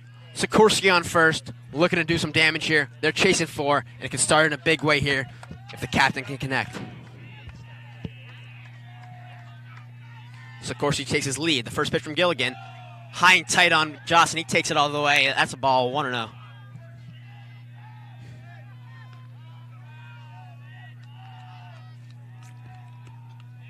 The 1-0. Big cut, swing and a miss by Johnson there. He'll step out, regather himself here. 1-1 the count. The 1-1. High fly ball. Out to center. Chasing Davis back. See you later. That is gone. Max Johnson, a 2-run bomb over the center field fence. Right where it goes from the blue monster to the yellow fence. And Davis has nothing to do but watch that one fly over, the second home run of the ball game. Each team added in there. And with that, a 2-run bomb, and now Staples only chasing 2. 6-4. Here in the bottom of the 4th, still none away. The 9-hitter Barrett will come up. But wow, what a bomb from Johnson. Like I said earlier, I was talking about, the bottom 3rd is still a good bottom 3rd. That's a guy with power in your 8 spot. That's a committed baseball player in your 8 spot. And that's what happens. You got a power hitter that deep in the lineup. It's a tough lineup. There's no easy outs. Johnson shows him that right there. You're going to throw a fastball down the middle of the 8-hitter. He's going to take you yard. And he does so in a big way. Adding to the score. 6-4 now as Gilligan will get yanked by Coach Connor after that bomb. And they'll bring in number 6, senior Kieran Shea out of relief to relieve Gilligan. He's going to warm up here. Yeah, it just shows the depth the Wreckers have. Even at the bottom of the order, they got power hitters, contact hitters in the beginning. But, that is huge for the Wreckers. We were saying 1 and 2 runs each inning can get you back in this game. Now it's only a 2-run game. It seemed like Warde had complete control of this game, but it is 6-4 now. Staples, all the momentum, 0 outs. So this is clean inning so far, and they'll look to do more damage. And, again, this batting order is just so much depth, so anyone can give Warde problems.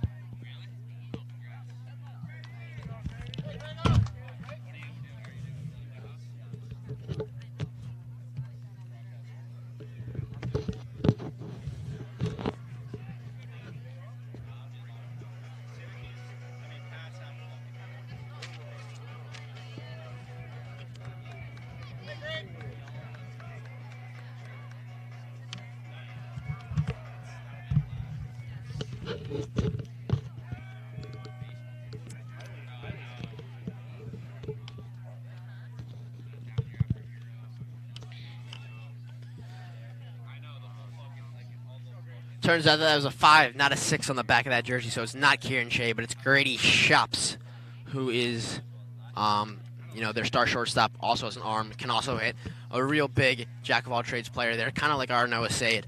And so Shops will take over out of relief for the Mustangs. He'll take the mound here. He's done warming up. Baird ready to step in the bottom of the 4th here. None out, none on.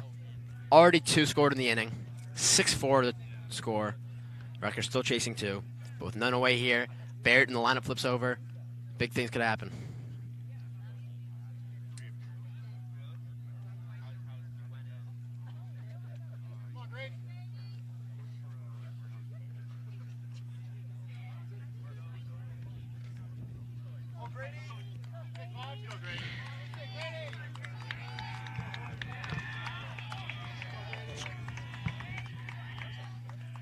First pitch from Shops to Barrett.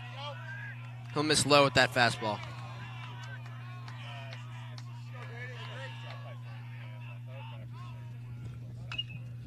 A chopper picked up by the shortstop. He's not able to pick that one up.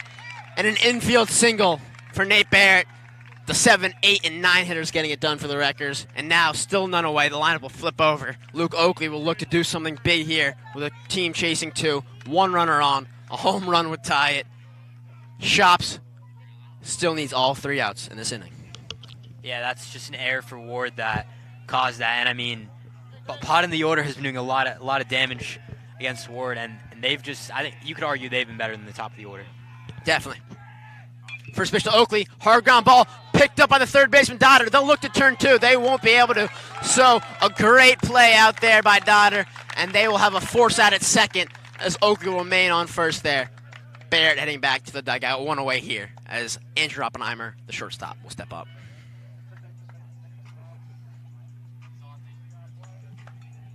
You know, we were chirping Dodder's defense a little earlier, but that was a nice play there. Yeah, he's definitely made up for it. With the bat, and then nice little force out with the play there. Smart of Warde not to try to turn 2 there. Oakley's wheels, they never had a chance. First pitch in the Oppie from Shops. That will be a strike. 0-1.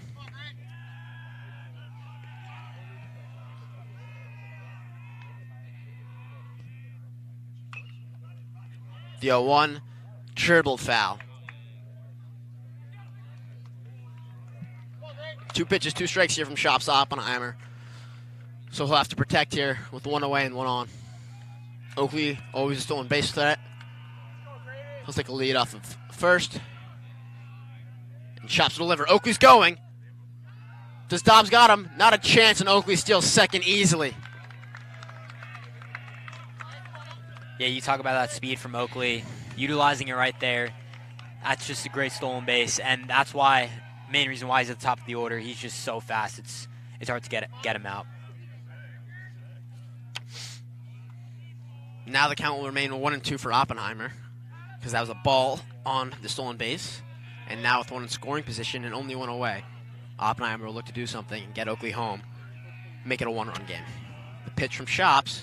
Oppenheimer pokes it to second, and he's going to move Oakley over to third, but a solid ground out to Goldberger as Oppenheimer does a job by moving Oakley over 90 feet, but the Mustangs are also able to grab their second out as the hitman, Jack Farnan, will come up here with 2 away, looking to plate that run at third.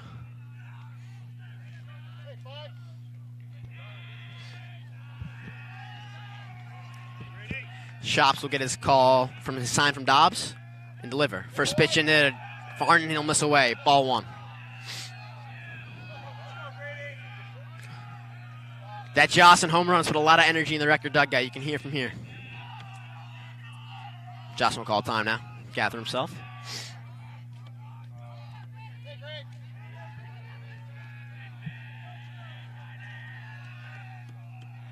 The 1-0. Jocelyn, ground ball to second baseman. Goldberger feels it, and he'll put him away easily. 2 plays in a row for Goldberger. He takes care of them both soundly. And after that 2-run bomb from Jocelyn, Shops will be able to escape the inning, get all 3 outs there.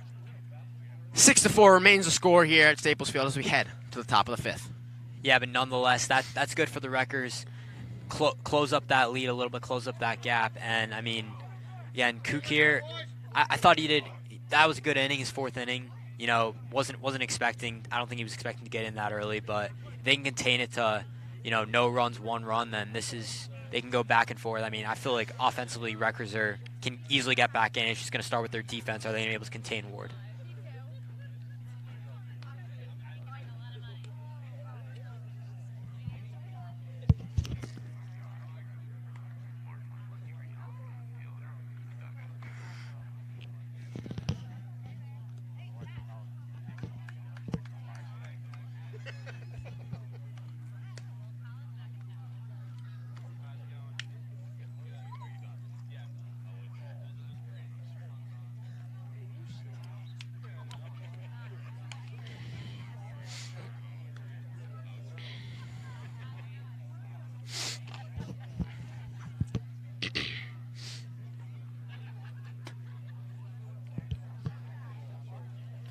We're back here in WWPT 90.3 FM Westport and on the YouTube stream with O'Shea Productions. Here in the top of the fifth, 6-4 the score. Kukier will be out for his second inning. Gortro threw it down. The defense met, and now we'll start up the fifth here. Mickey Galvin will be the batter. First pitch, breaking ball low, and he'll swing right through it. 0-1. Mickey getting a second chance in the batter's box after Dodder was thrown out stealing to end the inning before. In the 0-1, he misses. 1-1 there.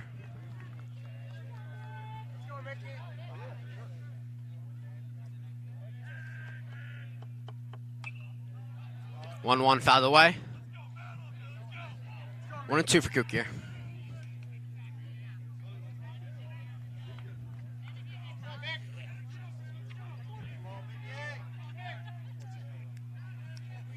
The 1-2. Misses low there. 2-2. Kukier working quickly here. Mickey Galvin. Not much on his ledger so far this game. Looking to start the boys off here, the Mustangs, in the top of the fifth. And the 2-2. Kukier delivers. Miss high, and the count will run full here.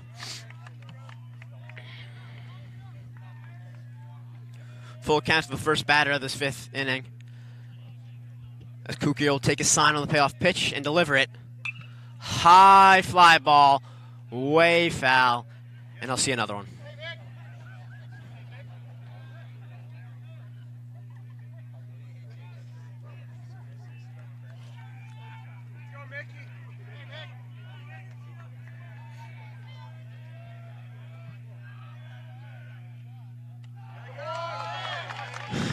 Second attempt on the payoff pitch, he'll miss high there with a fastball. And the leadoff batter, Mickey Galvin, draw himself a nice walk. As the Mustangs have something going here in the fifth. Carson Swaim, the right fielder, will step up now.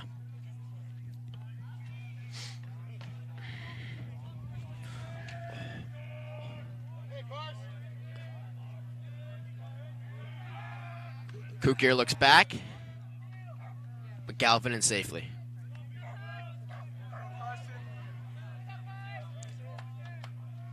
Farnan playing shallow and right. The other two outfielders out deep as Kukier fires in a strike for his first pitch to Swaim.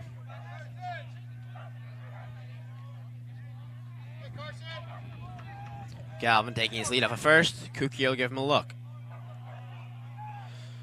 And he'll throw over for the second time. Dive back in safely for Mickey Galvin.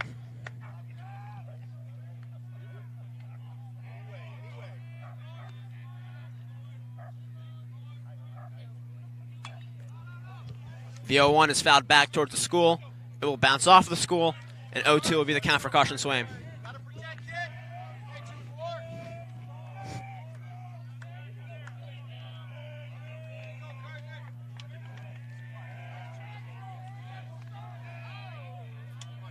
The 0-2 from Kukier.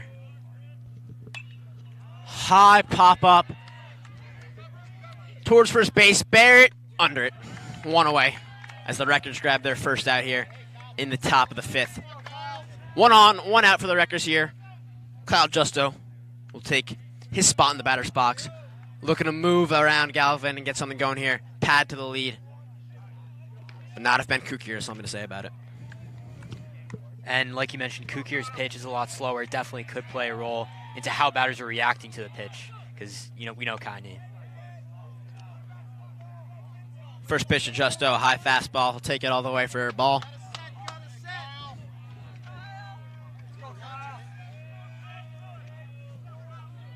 The 1-0 to Justo. And Kukier will look back. Throw over for the third time. And Galvin's getting dirty over there, but he slides back in safely. The 1-0. Going on the pitch, but he swings right through it. That will be a poor throw by Jake. Cicero able to recover it. A stolen base there by Mickey Galvin. And a ball, or strike rather, on the swing for Ben Kukier. So a 1-1 count here. 1 ball, 1 strike, 1 away. 6-4 the score. Galvin on second. He'll take his lead. Cicero covering a little bit there. Not much, as Kukier delivers the 1-1. Just so swinging right through that one. Completely not timing this thing up. See if he'll make an adjustment here.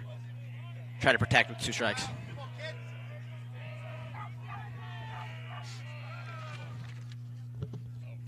The 1-2. He takes a fastball right down the middle in there for a strike 3. And Kukier punches out Kyle Justo for the second out here in the top of the 5th. Big K for Ben Kukier. Huge for the Wreckers. I mean, that's 2 outs. They get another one. Wreckers have the chance to go up. I mean, they're very capable of scoring 1 or 2 runs, and this game is looking more like the Wreckers can come back.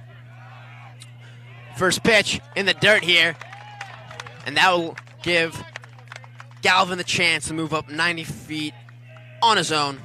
That was to the pitcher Grady Shops there as he took that first ball. So now with 2 away, sac fly doesn't score him, but Galvin is only 90 feet away from plating the 7th run of the game for the Mustangs. 1-0 count to Shops, and Kukier delivers. The 1-0. He'll bounce it again. Good block by Jake.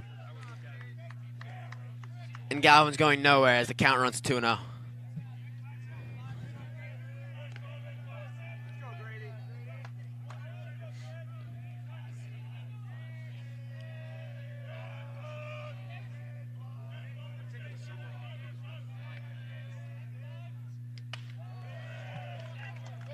Kukier will miss again. 3-0. 3 straight balls to Shops here. See if he's taking with 2 away here.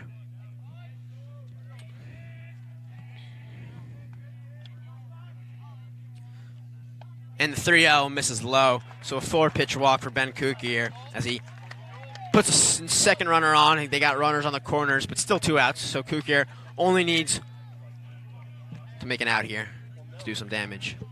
Get himself out of this. Jake steps out in front of the plate, gives the defense their first and third play. And now, Danny Goldberger will step in.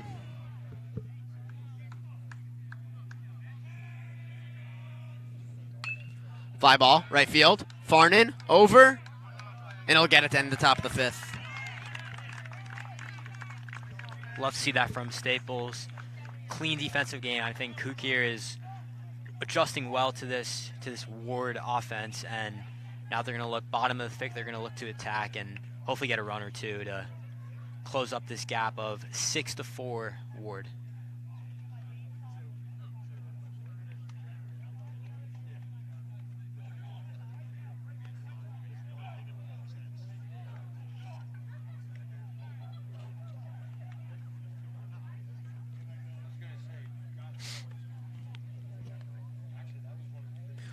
Grady Shops will take the mound here.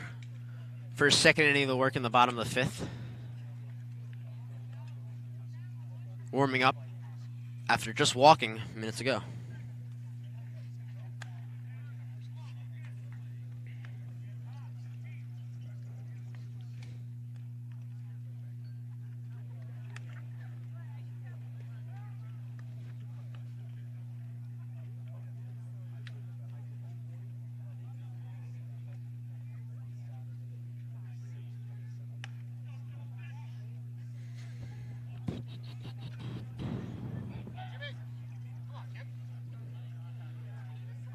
Cleanup hitter and third baseman Noah Sade will step up to start off the bottom half of this 5th frame as Shops in the infield meet one last time before they launch into this 5th inning.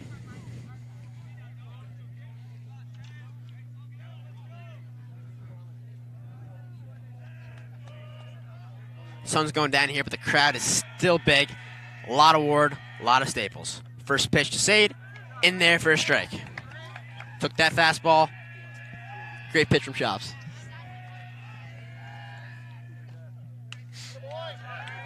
Fires back again. 0-2. Same place, same spot, same pitch. The 0-2. And he'll just chop that one towards Coach McFarland on the third base line, staying alive.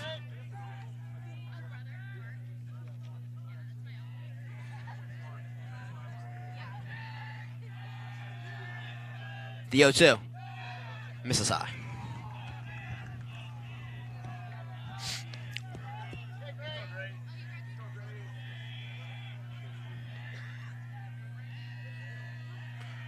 Record dug out loud as Shops delivers the 1-2. And he'll take that one for a strike. No save, goes down looking for the first out here in the bottom of the 5th. Grady Shops gets him to go, looking on 3 fastballs with a ball mixed in there. But a good first at bat for Shops, as now the Wreckers will have to play with only 8 outs remaining to score 2 runs here. But the hot Cooper Brundage will step up to look to start them off here in the bottom of the 5th. First pitch to Coop, a fastball fired in there again. Shops feeling confident with this fastball, working quickly and firing it through. And I think he should continue that. I mean, it's been working so far. Misses low on the second one. Count will go 1-1. So we got 1 ball, 1 strike, 1 out. 6-4 the score here in the bottom of the 5th. And the left fielder, Cooper Brundage, is up. As he'll take that one high for a ball.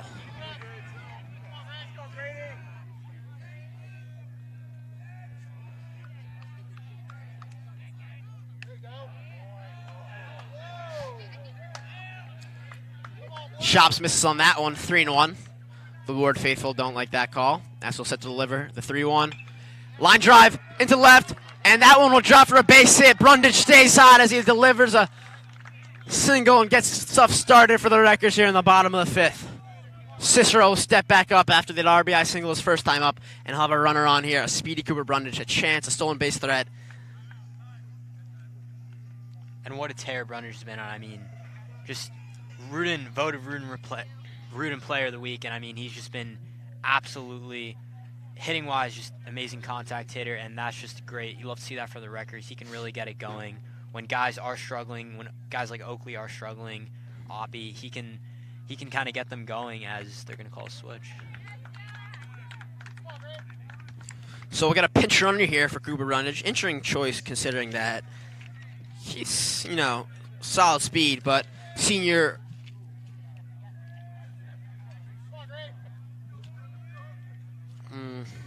or rather sophomore, Jack Jacob will pinch run. I said every grade there. Get it right eventually. Yes.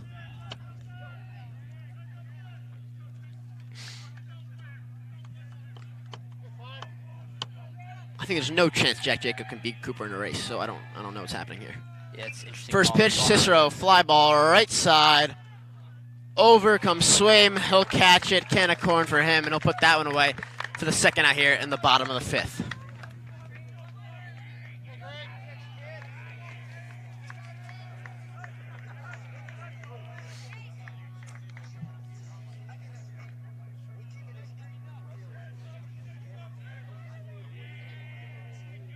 Golcher in now. First pitch to him.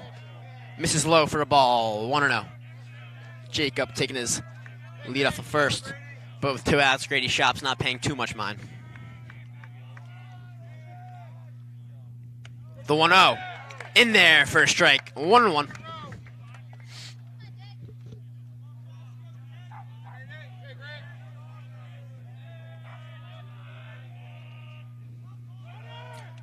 Jacob running. A double clutch from Dobbs behind the plate will make it an easy stolen base for Jack Jacob. And I stand corrected as the pinch runner leads to a stolen 90.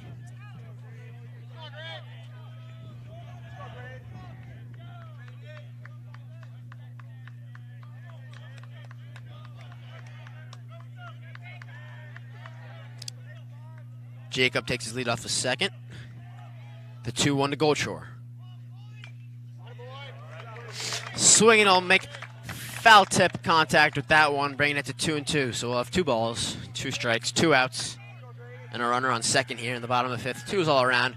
6-4 the score, however. The Mustangs still have that 2-run lead.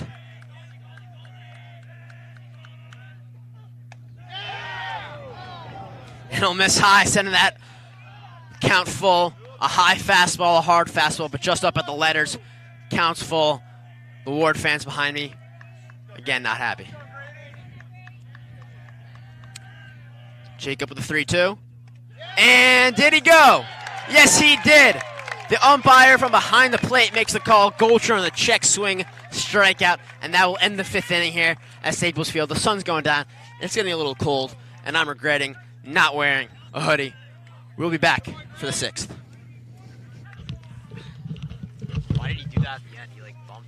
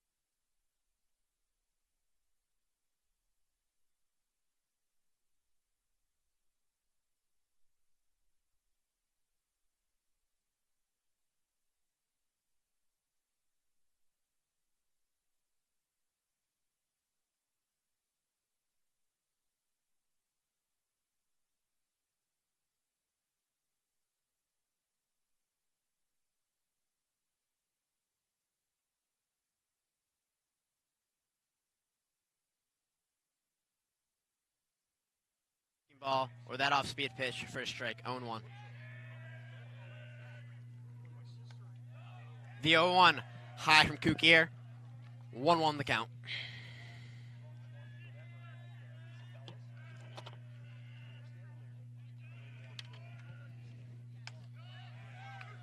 One taken for a strike.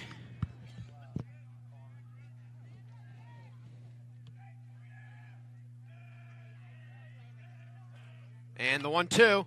Fly ball out to center. Oakley barely has to move. He camps right under it, grabs it, and puts it away. 1 away.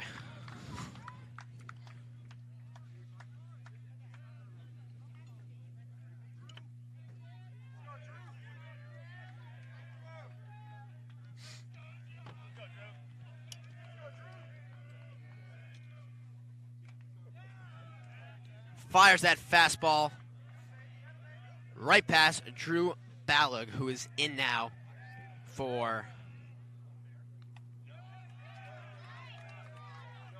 the DH of Meyer Stransky. And swinging through another one, 0-2 will be the count.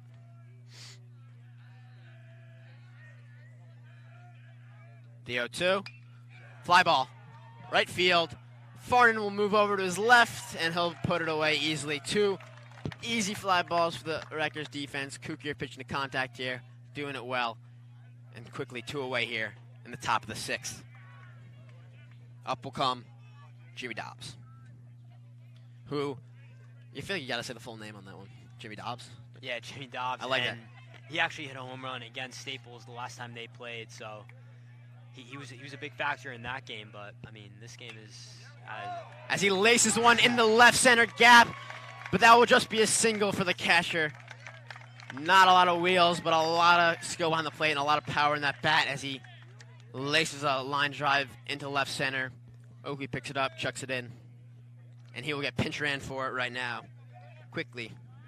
Yeah, and we talk about how talented Warde is. I mean, last year they had 6 players that are playing in college right now, and they're still #1 in the state. This shows you how deep this program is, how great the coaching is, and just Warde baseball. It's all about them. Losing 6 players in 1 year and just coming back and still being #1. It's actually crazy.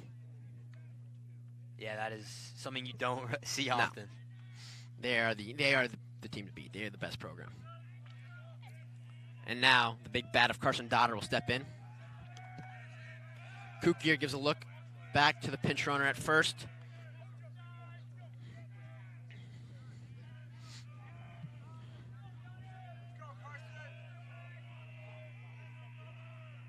And now Kukier will deliver from the stretch to Dodder. In there, fastball taken for a strike. 0-1.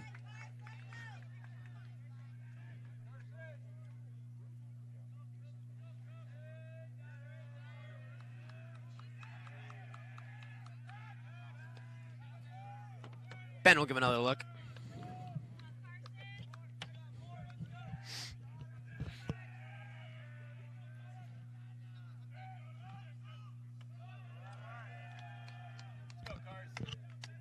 And Kukier will miss high again here.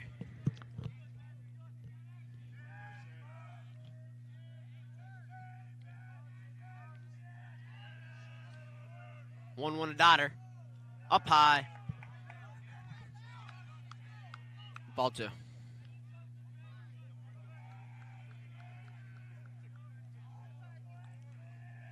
Brady Takers, I think, is the name. He's not on the roster sheet, but he is on the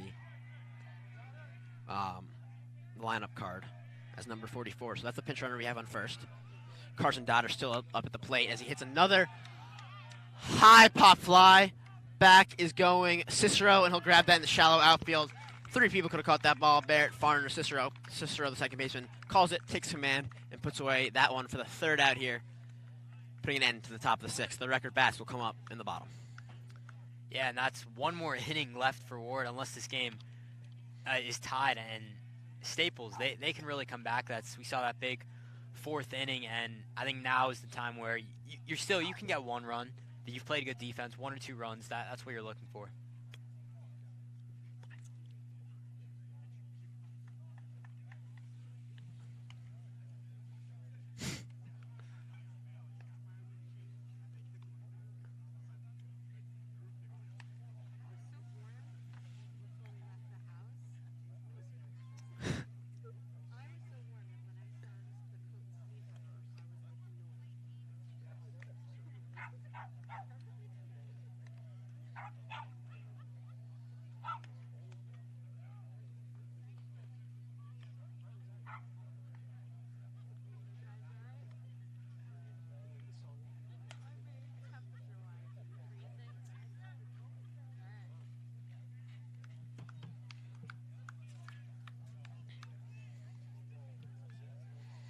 So cold, you cold. I know, it was so hot.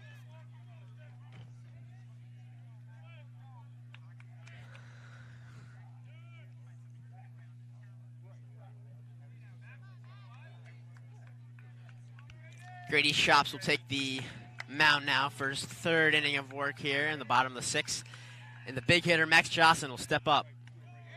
First time back in the box since that huge 2-run bomb that put the Wreckers back in the game. And he'll take an off-speed pitch for the first strike.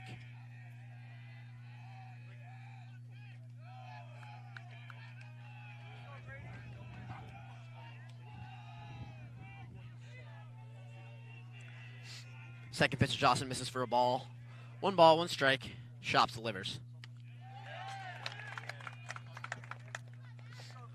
Early on the off-speed pitch is Johnson, as now he'll fall into a 1-2 hole.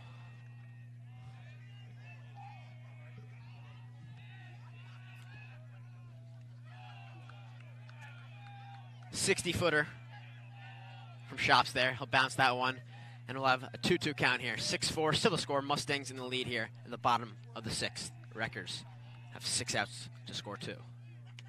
And another big hack from Johnson on the off-speed. Shops working the off-speed on him. It worked for the second strike, and there it works for the third. As Johnson goes down swinging for the first out here in the bottom of the sixth. 5 more outs to play with, as the 9-hitter first baseman, Nate Barrett, will step up. Shops looking pretty good out of relief, so a lot of pitching weapons for this team. As the first pitch to Barrett's fired in for a strike.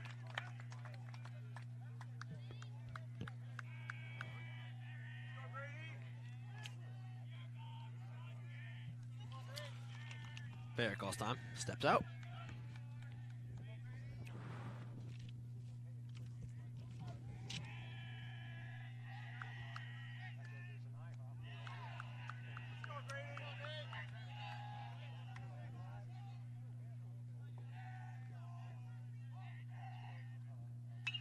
Ground ball, Barrett up the middle, picked up, and that will put him away for the second out here in the bottom of the sixth. And it's getting to that territory where Staples needs something here. They get out here. It's only 1 run left for each team. Warde can. I mean, it's getting pretty close here. Hopefully Oakley gets something here. So Dodder, who hit that bomb, has moved over to short now and made that clean play. So I apologize for the defensive comments earlier, as Drew Ballog, who had an at-bat earlier, you mentioned, he slid over to third, or entered the game and went to third. As the first pitch from Shops to Oakley will go for a strike. Dodder's a sophomore. Wow, Hit that bomb. That power to sophomore is crazy. A lot of young guys out on the field, not that many seniors. Not that many seniors. Yeah, like you said, Warde lost a lot of guys, but they have just a pool of talent coming up. I mean, the Louisville committed as toward the end of his freshman year. Oakley loops one into shallow center, and that will fall for a base hit. Luke Oakley gets a 2-out single here in the bottom of the sixth. Starts it up for the boys. And now, Andrew Oppenheimer, the shortstop, looks to stay hot here, possibly plate the speedy Oakley, and get the boys back within 1. 2 away here still, as Grady Shops will settle in and look to put Oppie away.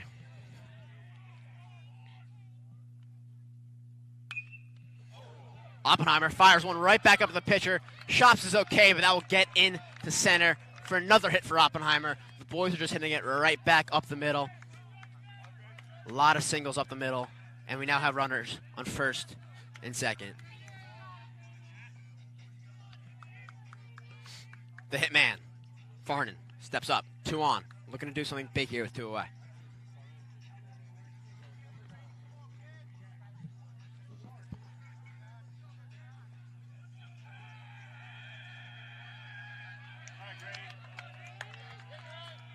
Oppenheimer takes his lead off of first. Oakley off a second. First pitch to Farnan, misses low. Ball 1.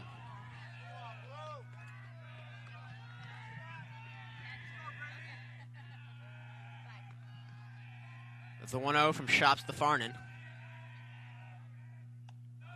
And he'll miss high and away. 2-0. Farnan working himself into a nice hitter's count here. Hoping to get something to drive.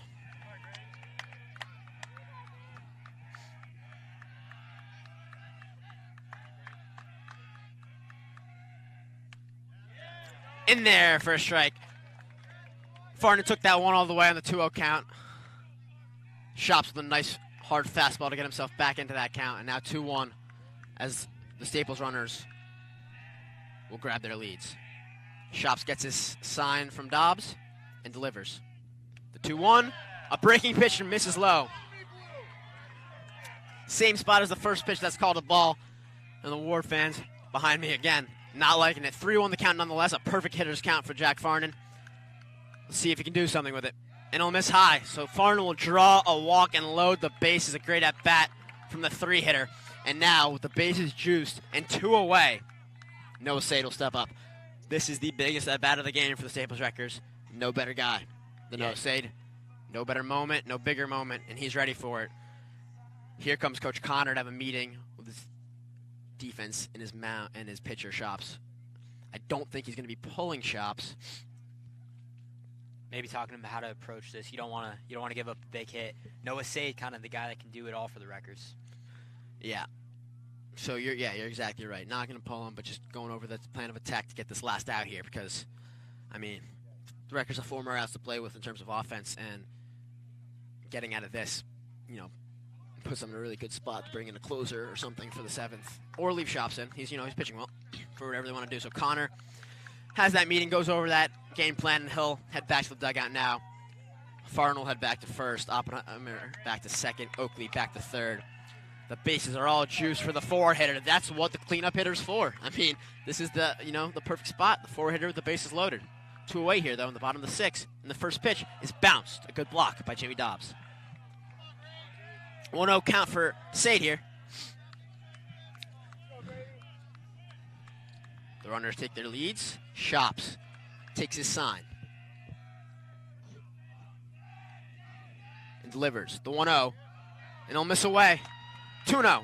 He looks like he's fading a little bit energy-wise. The Warde dugout, and Coach Connor's probably hoping that it's just a walk that he gets here, and then we'll probably get yanked, so it won't tie the game. He doesn't give up a hit. But you never know. It's 2-0.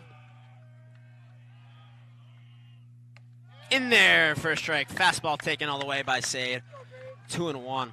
Sade's been, he hasn't been swinging the bat much at this game. A lot of taken pitches, which has got him rung up on strikes. Normally, an aggressive hitter taking this game. And I'll take another one in the same spot for a strike. So 2-2 would be the count now. Shops went down 2-0. Fought right back with 2 strikes. And now, 2 balls, 2 strikes, 2 outs. Bases juice, bottom of the 6th. A huge moment for Noah Sade as Shops sets and delivers. And he'll hit a pop fly back into the parking lot and misses the cars. And he gives himself another chance to do something for the Wreckers and get him back within 1, tied, or even the lead.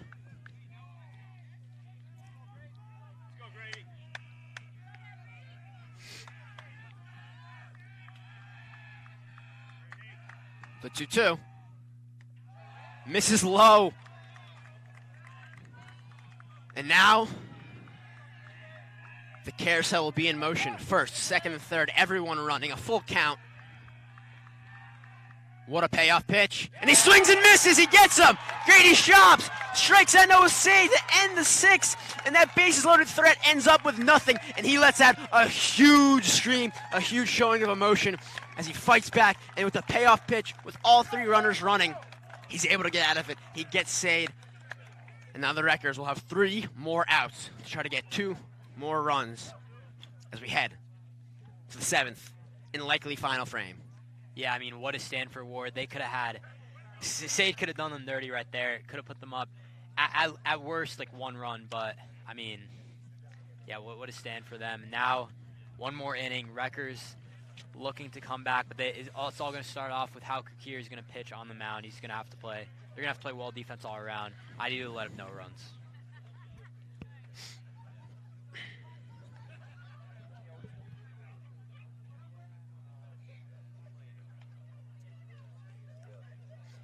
Knee pitched 3 innings. Coach McFarland setting out Kukir here for his 4th. No runs. Only 1 run has been given up by Kukir in his 3 innings before. So 5 of those, and that 5 runs in those 3 innings are high knees, and Kukir's been looking stellar since he came out. Goldshore will throw the ball down here, and we're ready to go in the 7th inning at Staples Field on this Friday afternoon.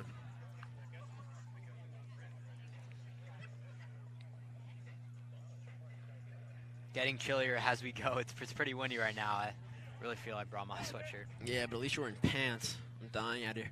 Yeah, you got the whole summer outfit. Dude, it was so nice when I got out of school. I was like, oh, I just left my hoodie at home. And now the first pitch to Mickey Galvin. A strike! A high strike! And I am as confused as the Warde fans here, as that ball is nowhere near the zone. Maybe they're just trying to get to the bottom of the blue here and give the Wreckers a chance to hit. But regardless, it will be an 0-1 count as Galvin will step back in now, and Kukier will deliver the second pitch, and he'll top that one down.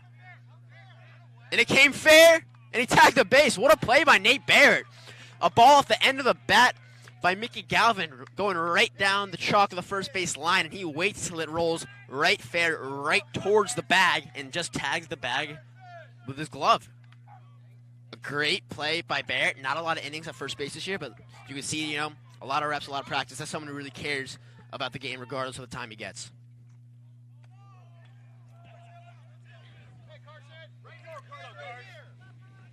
First pitch now to Carson Swain was a high fastball for a ball. 1-0.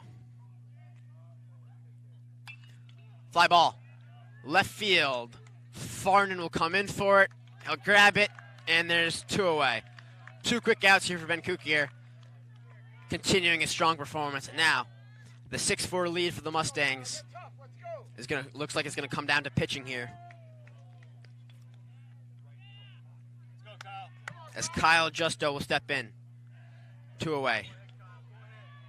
In the top of the 7th. Kukier delivers. First pitch, he'll spike it for a ball. 1-0.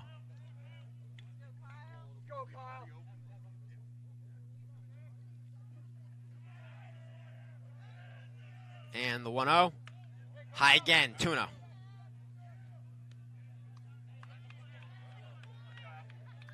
There's action in the bullpen, but it looks like a Warde pitcher, not a Staples pitcher, so that may be the closer there. As Kukier hits one, and a soft liner, or Kukier throws in a soft liner right to Baird off the end of Justo's bat. A nice defensive inning for Nate Baird as he plays that one perfectly. And 3 quick outs for the Wreckers in the top of the 7th inning. Now it will be up to the bats. They got 3 outs to play with to try to score 2 runs and force extras. Yeah, what a stand from the Wreckers. You couldn't ask for anything more from Kukier and Barrett. Just great defense all around. And like you said, it's all good up to the Wreckers. At this point, they need 2 runs, 6-4. And, I mean, Weston, do you think that their approach is just going to be get contact and wait for your power hitters, or just go for it all? I think it's going to be, everyone just try to hit a single. Move the chain. No one try to hit a home run. You're not trying to hit 2 solo home runs, right? That's not going to happen. So just get on base, draw a walk. Get a single. Do what you got to do. Get hit by a pitch. Just get the line moving. Get some runners on base. Because you get runners on base, good things happen. Pass balls, wild pitches, errors. It's still high school ball. So I'm sure that's what McFarland's telling his team and his boys in the dugout right now. The closer warming up in the Warde bullpen ends up being null for now, as Shops will come out for his 4th inning of work here. So now we've had both instances pitchers that worked. The starters worked 3, and the relievers worked 4. So basically 2 starters, or two big, a 2-starter approach for both teams sort of in this game. As Shops, who got out of the 6th on a huge strike out of Noah Sade, showed a lot of emotion there.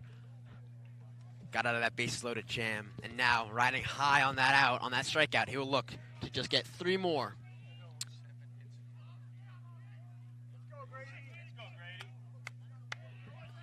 What'd you say? Who? 5.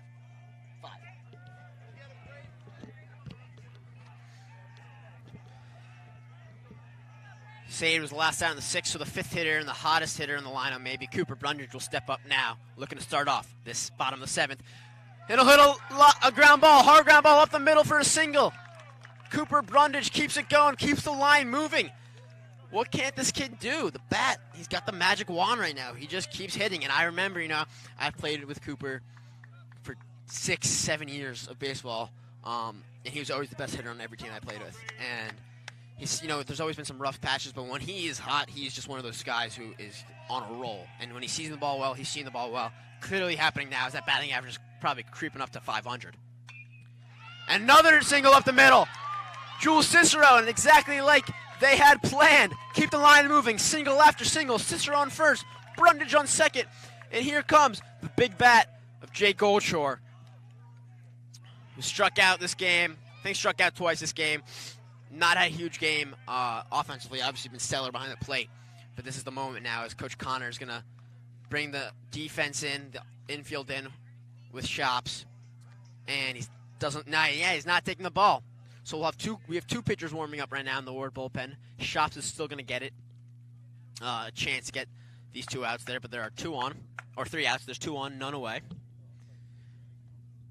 As McFarland and Coach Avery talk to Cicero, Brundage, and Goldshore. Shout out to Charlie Scott, who's filming that little huddle right there.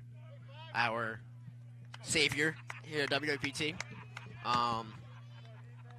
Yeah, and exactly what you were saying. They're just get on base, don't go for the big ball, but now you got a power hitter in Jake Goldshore. You got guys on first and second, 0 outs. The Wreckers are in a great spot right now. I think for Goldshore, you just want to continue that streak, get on base. The Wrecker dugout's rowdy. Runner off of first, Jules. Cooper off of second. Jake shows bunt, who pulls it back, and it's a strike, 0-1. The second time that coach has had Jake attempt to bunt so far. They haven't been laid down. And this one will be laid down right back to the pitcher, and he gets him at third. A disaster for the Wreckers as the bunt goes exactly how the Mustangs wanted to. Great play by Shops. He's a middle infielder by heart, and he's just able to turn around, fire that to third, and get the force at third for the first out. And now, Max Johnson. Kate his last time up, but before that hit that 2-run bomb to deep center that gave the Wreckers their 3rd and 4th runs, and now with 2 on, he could walk it off. And he'll swing, try to hold up, but clearly break the plane for the first strike here, 0-1. So now Goldshore will take his lead off of first, Cicero off of second. Johnson swings and misses once again. He's taking big hacks here. And Chops, who struck him out last time, is continuing the same MO of low, soft stuff. Johnson hit that home run on the fastball, low, soft stuff, and Johnson is swinging right over it. The 0-2. Swing and a miss, strike 3! Drop third strike, a tag applied to Johnson, and the Wreckers are down to their final out. As the 9-hitter, Nate Barrett, will step up. Johnson really wanted to be aggressive on there. I don't know if that was the right call. Again, you got guys on base, I think, but he was trying to go for it all. He trying to get the big hit that he did in that 4th inning. Yeah, Coach McFarland didn't look happy with that at bat. He just swung big swings on 3 pitches. As the first pitch to Barrett will be a pass ball. Jules will take third. Jake will take second. Jules gave home a look. Stays put. And now with 2 in scoring position, Nate Bayard is a single away from tying the game. He'll step out. And there looks like you're going to put a pinch runner in for Goldshore, I'd imagine, at second. Because, I said the singles could score too, but I'm going to be honest with you, you never really know with Jake's wheels at second, not the fastest guy. And so because of that, the Wreckers are going to turn to that pinch run.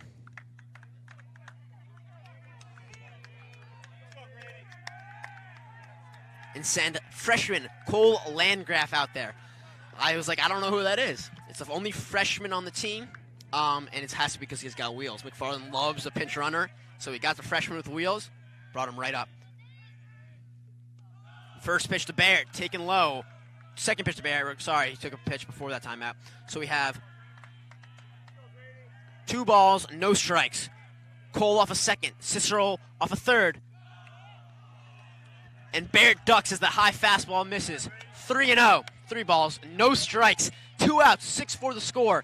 A freshman on second, a sophomore on third, and the 9-hitter up with a 3-0 count. Shops delivers in there for a strike, and he hits that 3-0 fastball down the middle.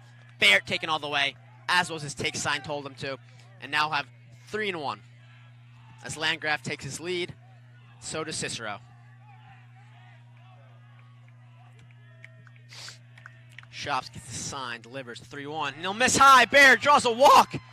Nate Baird with a heck of an at bat as he draws a walk, loads the bases for the second straight inning for the Wreckers, and you've seen it all game. The Wreckers have been stranding runners. Stranded 3 last time. They're hoping not to strand another 3 with 1 out to play.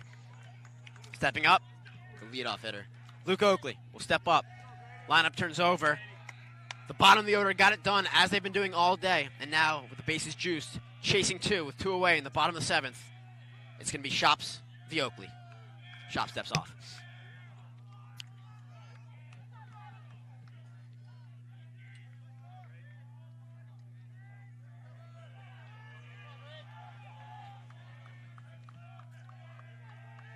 The pitch misses low, and a block by Dobbs to keep the ball close.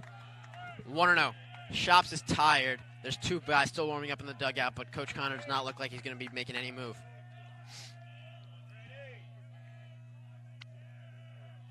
The 1-0. Swing. Pop fly. Up high. Shops is calling it. He'll catch it. He'll put it away. Oakley pops up to the pitcher to end the game with the bases loaded. What a stand from Warde. I mean, another pop-up by Oakley. Wreckers come short. They had the opportunity. You were saying they had bases loaded. They had bases loaded 2 innings before, too. They just could not convert. And Oakley with another pop fly to the infield takes it 0 for 4. Continues the cold streak. And the Wreckers will fall to 9-6. So now they're 2 losses away from not making the FCAC tournament. They got the hardest competition. I mean, this is the hardest competition. They got 2 really hard teams coming up next. They got Ludlow on Monday, which I will be on the call again with. And then they got Trumbull soon after that. So those 2 games are must wins for the Wreckers. They fall to 9-6 now. And a solid game, 2 home runs, an exciting game. But the Wreckers will take that slow jog out to left field as the Mustangs win and beat this squad for the 2nd time this year. Yeah, and I think it all fell apart after that hit Kai let up. It really just took the Wreckers apart. They tried to come back in the game, but at the end of the game, they just could not convert. I think that 5-run inning really just messed their game plan up, messed them up completely.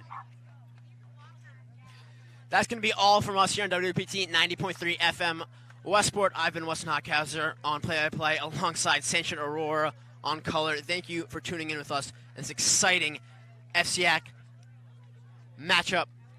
Fortunately, the Wreckers fall 6-4 to the Mustangs here on this Friday afternoon.